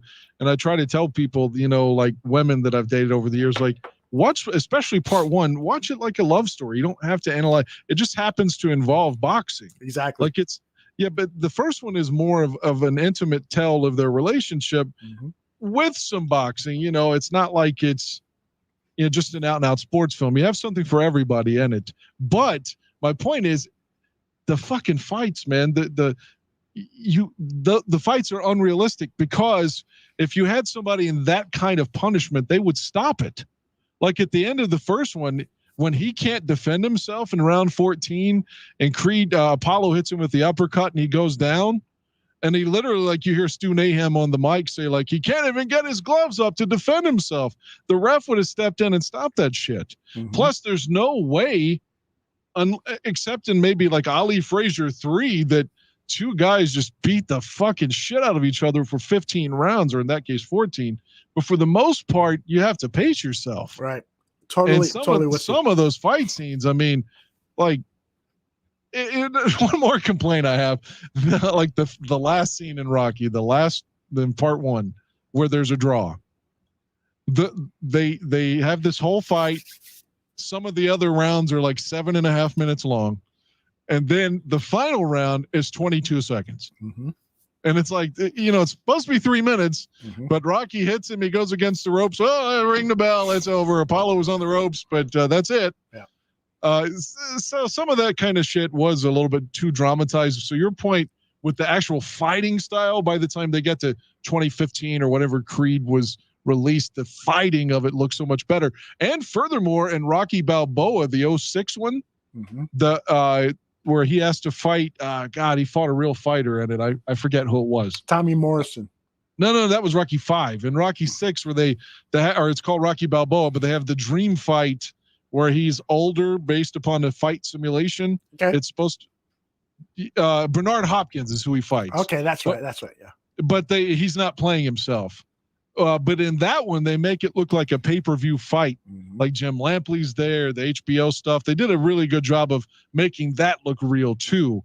The earlier films are just a little bit over the top with the boxing, is what I'm saying. It's just not exactly realistic, but I buy in because the rest of the movie's still good. Well, I got to tell you, I totally agree with your assessment of Rocky 1, that it's much more of a love story. It's more of a story of a guy trying to find his way in life, a guy trying to, capture some of the glory he thought he was going to have in his life. And it's also about him finding love, and that love helping him reach his dreams, than a boxing movie. Then which one was the one with Mr. T? Was that number Rocky 3? Rocky Okay. 3. That to me was a fucking comedy. I was in the movie theater. I was laughing my ass off at the fight scenes, at the dialogue, at everything. And a lot of people were like turning around saying, "Where the fuck are you laughing?" I just found it to be really fucking funny. I didn't take anything in that movie seriously. Unlike in one where I thought it was a very personal story about a boxer based on the Chuck Wepner story, as we've heard. I just don't, I just found it to be totally different. Do you think I'm a lunatic for thinking that way? No, Rocky 3 isn't anywhere near as good as 1 or 2, but in terms of the pop culture aspect, it was, because, you have Hulk Hogan and Mr. T. Of course, both of those make them stars. So you have a marketable force, but in terms of substance, the one angle that I mention all the time that resonates with me, that the strong suit of Rocky 3 to me is the real life story of the boxer that becomes the champion. Mm-hmm. And then he gets somewhat complacent. He becomes Apollo in a lot of ways, because Apollo was, took him lightly, especially in 1. And was more worried about his endorsements and his commercials and being the star. And in Rocky 3, they switch roles. He's the one getting the endorsements now, and he's getting money now. And Adrian's getting her hair dyed blonde, and they're on Sesame Street, and they're on motorcycles, and they live in a big home now. And so he loses his edge, or as they call it in the film, the eye of the tiger. And you see Mr. T being rugged, like in the hood in Chicago, and training and like by himself, and just like he's hungry. And Rocky doesn't have that anymore. Right. So I think that's the part of part 3 that's so good, is because that's bound to happen to any fighter that has gone from nothing to something. And that's how Apollo brings him back, by making him start in a fucking shitty gym out in LA, and makes him, and he teaches him, more dexterity and speed and things like that. But that's the whole point, is he wants to take him back to try to build an edge on him. I don't know if he could have recaptured that, but within the context of the film, he did. Yeah, you'll have to bring in some Rocky aficionados to have this discussion with you. I saw the first 3 movies, and then my interest started to wane. And by the time, how many Rocky movies have there been? There were 6 of them, and then the 2 Creeds. Right. And then, I don't think I watched 4, 5, and 6. And I went to watch Creed out of curiosity, because I'm a Michael B. Jordan fan, and I was not disappointed. I thought it was an excellently done film. I want to share this with you and our audience. PJ says Deadpool was good. Deadpool 2 was great. It touched me for personal reasons of my mom dying, like his girlfriend did, and my dad dying a year later, like Deadpool kept trying to do. The soundtrack really helped. So I haven't seen Deadpool 2, but when I do see it, PJ, I'll be thinking about you and your family. 4,000 Clover says, Mr. T's lines are so corny, but I still think the movie was quality shit. Yeah, Mr. T's lines were quality. It was just so fucking funny. And a lot of people. I just go ahead, my bad. No. Go ahead, please, because I was going to say, I just hated the fact that they made it seem like Mr. T killed Mick or Burgess Meredith too. Like he pushed him down and he dies. Like, and then in part 4, it's Dolph Lundgren who kills Apollo. Like some of the shit, like sort of. And then when they have the Cold War aspect where the Russians turn on Drago and start cheering for Rocky, that's ridiculous. I liked Rocky 4. The training scenes are incredible. The music matches it so perfectly. But to say that he's going to Moscow and that the entire country is going to start cheering for the American when he beats the Russian is just utter nonsense. Well, it's a comic book movie. Damn. The first 2 had much more substance to it. I agree. I like that Rocky 2, he didn't know how to read yet. Mm-hmm. He had always just been on the street. He didn't have an education. Always been a fighter, and like Adrian has to teach him to read. Like he's failing at trying to do commercials. It's so painful to watch that it's real though. You know, I'm with you. Those movies really resonated with me because I thought they were good old-fashioned boxing movies that really captured a guy like Chuck Wepner. They were really Chuck Wepner's story. I mean, and there's a whole story behind that he sued Stallone and blah, blah, blah. We won't get into that. Now, a lot of people in the chat room are saying, if you're going to talk about this topic, you got to talk about Bruce Lee films. Dan, is there a Bruce Lee movie that you've seen and liked? I had a neighbor that was always watching Bruce Lee films. The only one I can remember right off the top, because again, that's not my forte. That's okay. I remember watching Enter the Dragon. Yeah, with my neighbor. Uh-huh. Yeah. Well, Bruce Lee, who worked here in Hollywood for a number of years and wasn't finding the kind of success that he thought he deserved and sought. So he went to Asia, and all of a sudden his movie career just took off globally. He made, I think the first film he did for Raymond Chow, I believe was the producer, was Fist of Fury. And then Chinese Connection. And both of those films have incredible fight sequences. Clearly staged with, he's like fighting 50 guys and all of them are like taking their turns going up against them. I don't know if this is like a Asian culture thing where you fight one-on-one, but if there's 50 guys and one guy who's fighting really good, why not all 50 guys jump him at the same time? That you might have better odds that way, but nonetheless, they're really great action films. Chinese Connection is probably my favorite. Like PJ says the same thing. Chinese Connection is probably my favorite. I think that was the film that he introduced the Choco sticks, where he's doing that whole thing with those sticks that are joined by a chain in the middle. Just a great stuff. And then Enter the Dragon was the film that he did on his return to the United States. It was a Hollywood produced film with John Saxon, who was in Nightmare on Elm Street in one of the roles as a karate fighter, because Saxon was actually a karate buff in his day. Nunchucks, thank you, PJ. That's what they were called. But outside of Enter the Dragon, you're not familiar with anything else of Bruce Lee. Did you watch Bruce Lee as Kato in the Green Hornet TV show? No. That's where most Americans fell in love with Bruce Lee. It was like, this dude is better than the Green Hornet. The show should be about Kato, but apparently not. Did you like the scene in Once Upon a Time in Hollywood where Brad Pitt beats the shit out of Bruce Lee? Did you like that? I know. Well, I mean, he got a shot in on him too, but yeah, I know that it made Bruce Lee's his daughter mad. Very mad, yes. I mean, it goes with Brad Pitt's story. He's again a rugged guy who allegedly killed his wife, was a World War II veteran, and he wasn't afraid of contact. I mean, and Bruce Lee knocked him down too. So I mean, it didn't seem like it was too unrealistic.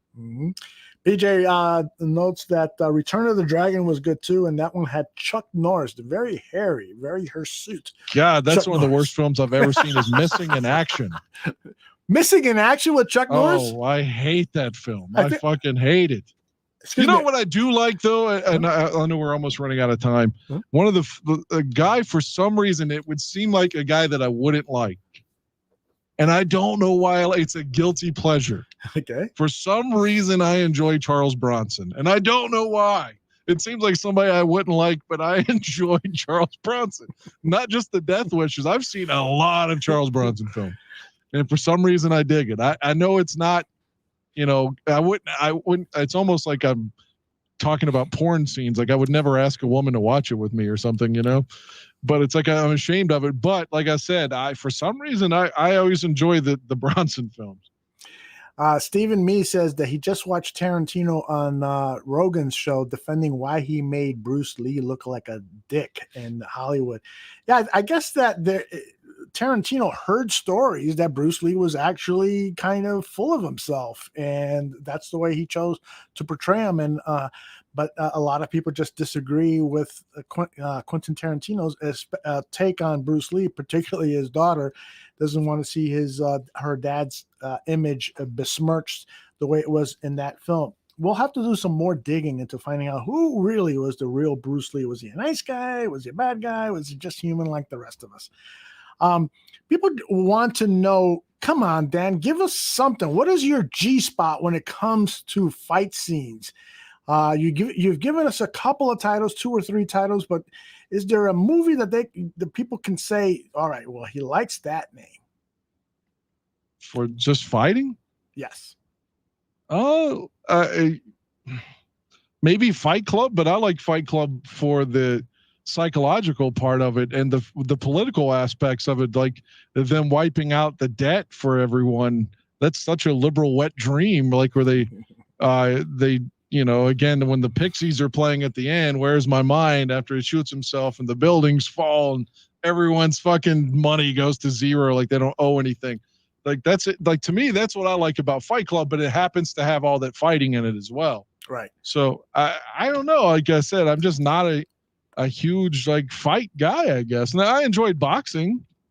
Well, there's nothing wrong with that. This was my idea to do fight scenes. I still like the topic. I mean, I am, but I don't know. I didn't think that it was going to be so heavy with like, the Bruce Lee talk and all that, which is fine. I'm just saying, but again, those just aren't the movies that I guess I've watched, but I was thinking of just regular fights and other films, Yeah. Bear Truth 9 says, come on, Dan, give us a porn with a fight scene. No, he asked me that question. Aldo, just name a porn with a fight scene. There have been some good porn movies with fight scenes. The fight scenes weren't good, but the fucking was great. Can't remember. I can't think of any. I'm sorry. We'll come prepared next week, Bear Truth 9. All right, we got 5 minutes before you got to hit the road to your other job. What do you want to share with us? You got a sex story to share? You got politics? I'll give you the floor, my friend. Man, I haven't been late since May at this point, so hell, I don't know. Yeah, I don't really have anything for you. I'm trying to think. I guess I could go to the well of an old school story. Oh, please do. Please do. Go to the well. I'm trying to think of one, a good one.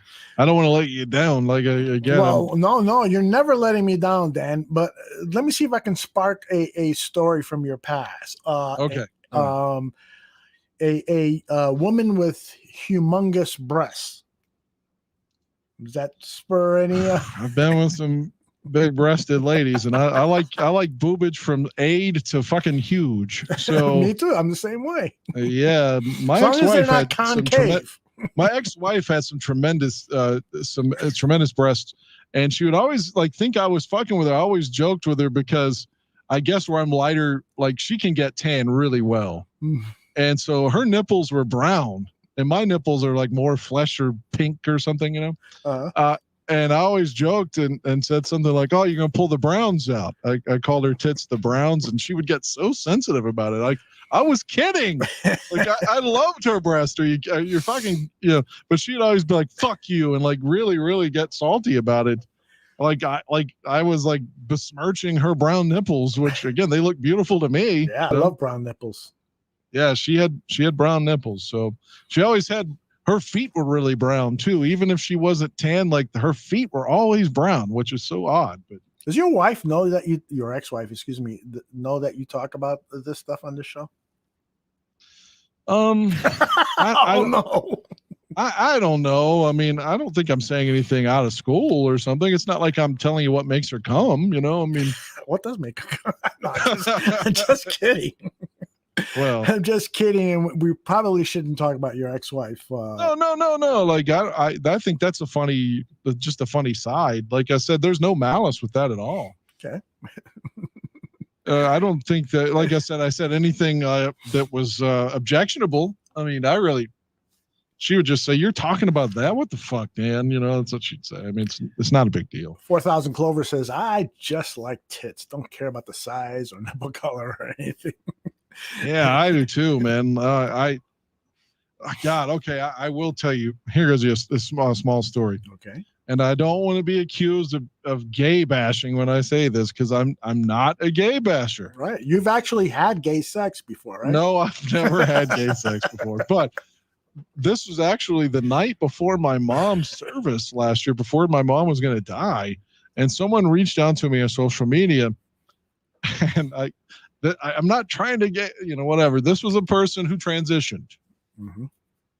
And they're messaging me and they're like, "Look, I just want you to know that I've had this surgery and I've got a vagina and I had it 5 years ago before it became in vogue to do it. And just blowing me up. I'd like to come to your house and just suck your dick and blah, blah, blah."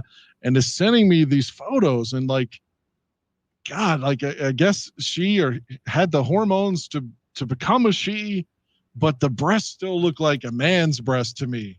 Like it looked like almost like a guy who was just too heavy and had man boobage. Like the tits were awful. It's the worst boobs I'd ever seen in my entire life. So how I got out of it, because I didn't want to seem like a bigot. Oh, like, no, this person didn't know this, but I was like, "Oh, look, I'm sorry. My mom is actually getting buried tomorrow." And, she's like, "Oh my God, I'm so sorry." I was like, "I know you didn't know, but I used that to stop the messages," which is manipulative, but I didn't want to just be like, "Look, I'm not your breasts are terrible. You look like a guy's breast still." But they were fucking terrible. They still had guy nipples, I don't like guy nipples, not even my own. So I like female nipples. And I'm not trying to be a bigot. I mean, you kind of like what you like, I guess. I'm not opposed to this person transitioning or not, any of that stuff. But I just, at that given moment, I was kind of horrified by what I was saying. But I did not take the head. So Chubb says, "That's sad that it's actually bigoted to tell a guy you don't want to fuck him."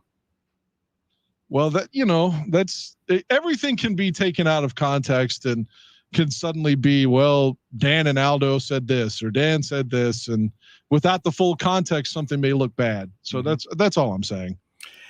Yeah, and I don't think that it's, I don't think it's bigotry at all. I don't know. I don't know what to say on this topic. Yeah, it's a strange. It was a strange moment in my life. Have you ever seen any transgender porn? I have, and I know a couple of women that have transitioned to men in real life. Hmm? And I work with one, so I can't say too much on this topic. But you've seen her in porn? No. Okay, I haven't seen. That's just not my thing, is what I'm saying. I'll just leave it at that. Okay, but you watch that out of curiosity, right? Yeah, when I was like a kid on VHS, man, I'd had it just blew my mind at the time, no pun intended. Like I was like 14 and someone had a hermaphrodite porn where it was like a woman that had the breast and the vagina and had a fucking cock and was like unmercifully fucking another woman with the penis. I was like, how is this possible? So I know that's not the same thing, but I remember seeing that as a kid, like what, how is this real? But that's what I watched more than anything was that tape, because I wasn't turned on by it. I was just like one of those things, like they say a car crash or something, like what in the fuck is happening here? That kind of thing. So there was a, do you remember the HBO show called Real Sex? Oh yeah. Sure. It was a kind of a magazine format. They would have 3 or 4 stories, in between. They would have real on the street interviews with people asking them a question about the topic that was coming up. Nonetheless, one of the many stories that they had on the Real Sex was it starts off with showing these 2 gorgeous women and so forth, and they're talking about what they do in the porn business and so forth, and they're going on for about 60 seconds, and then they turn around and all of a sudden they show their big penises. And I'm like, time to see what's on Showtime. Yeah, but transgender porn has become very, very popular nowadays. So if you haven't seen a transgender porn movie, you probably will in your future. That's probably a good way to end up our show, right, Dan? Yeah. I appreciate cheering me up a little bit. Like I said, it's been a tough couple of days for whatever reason. I don't know. I probably need medication or something, which is an insult that someone gave me a couple of years ago here, if you recall, in one of the chat rooms.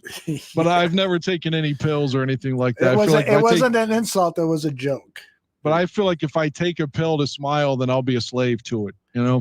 Which is kind of the reason I've never done any drugs. Because if something ever like chilled me down, like to the point where it sort of numbed me from feeling these things, then I would be going to that every day.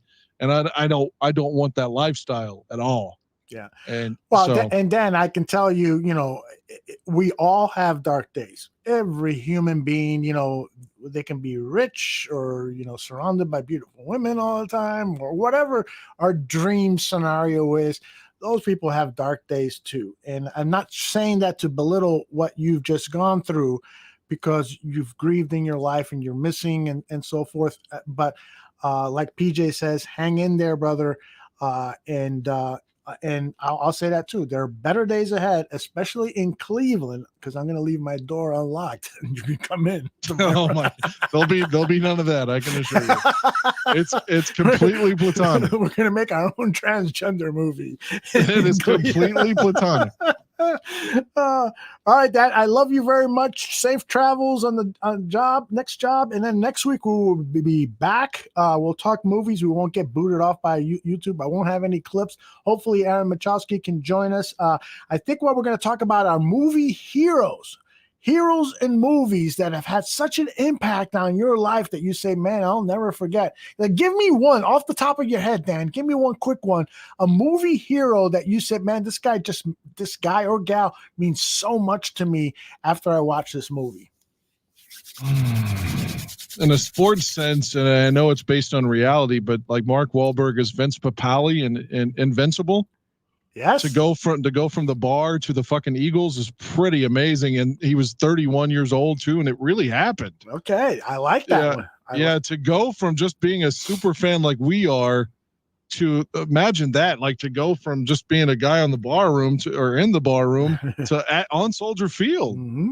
I mean, I guess there were some of those guys in 87 that probably did that as the Spare Bears, but Vince Papale managed to play a year and a half in the National Football League. Mm-hmm. Just from an open tryout from Dick Vermeil, just doing a gimmick as the new coach. Yeah. That's pretty amazing. Yeah. That is a great pick right off the top of his head. Right off the top of my head, I'll give you one. And it's based on a movie that you don't like, Gladiator with Russell Crowe. And we'll talk more about that next week. He's one of my favorite heroes in movies.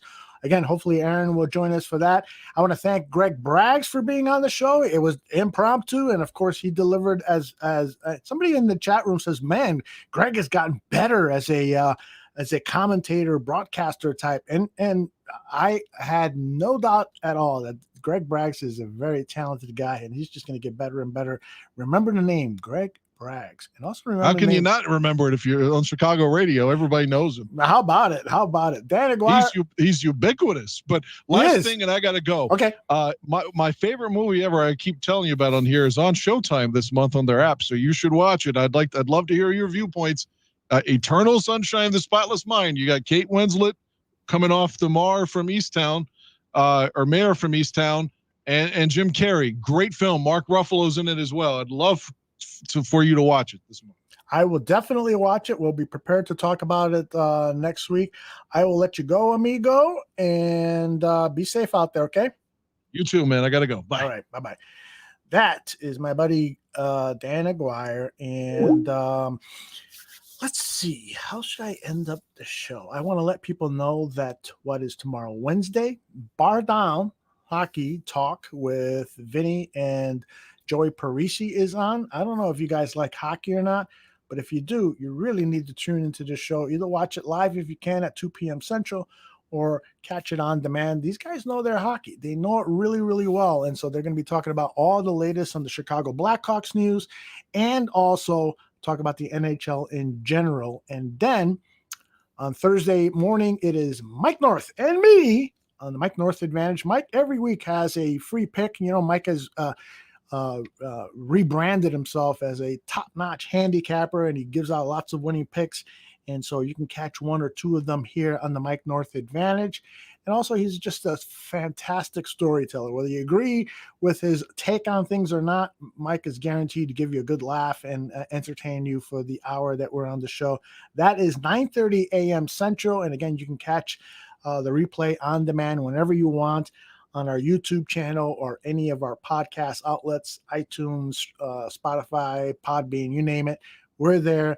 And then later in the day on Thursday at 2 p.m. Central, the Parisi brothers come back with Cross Down, Cross Talk. They talk about the Cubs for 1/3 of the show, the White Sox for 1/3 of the show, and then talk about Major League Baseball for 1/3 of the show. Again, these guys are very, very knowledgeable, entertaining, and I hope you give that show a shot. Our Chicago Bears coverage is starting to ramp up. We're already doing some planning on some really, really cool things.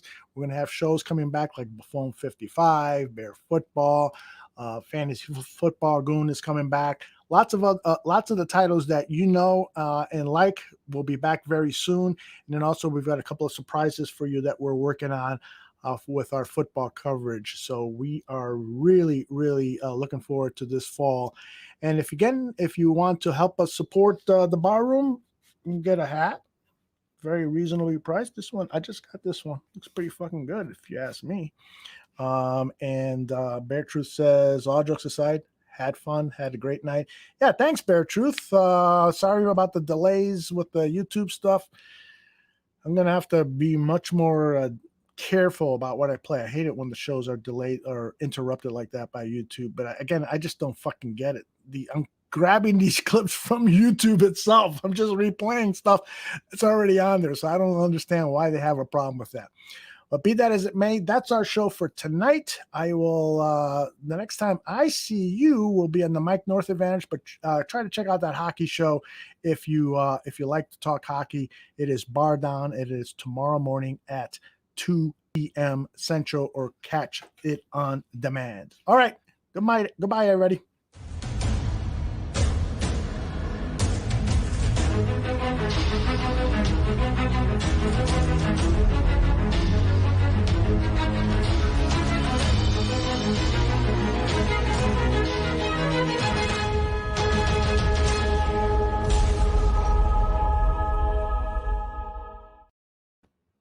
Oh!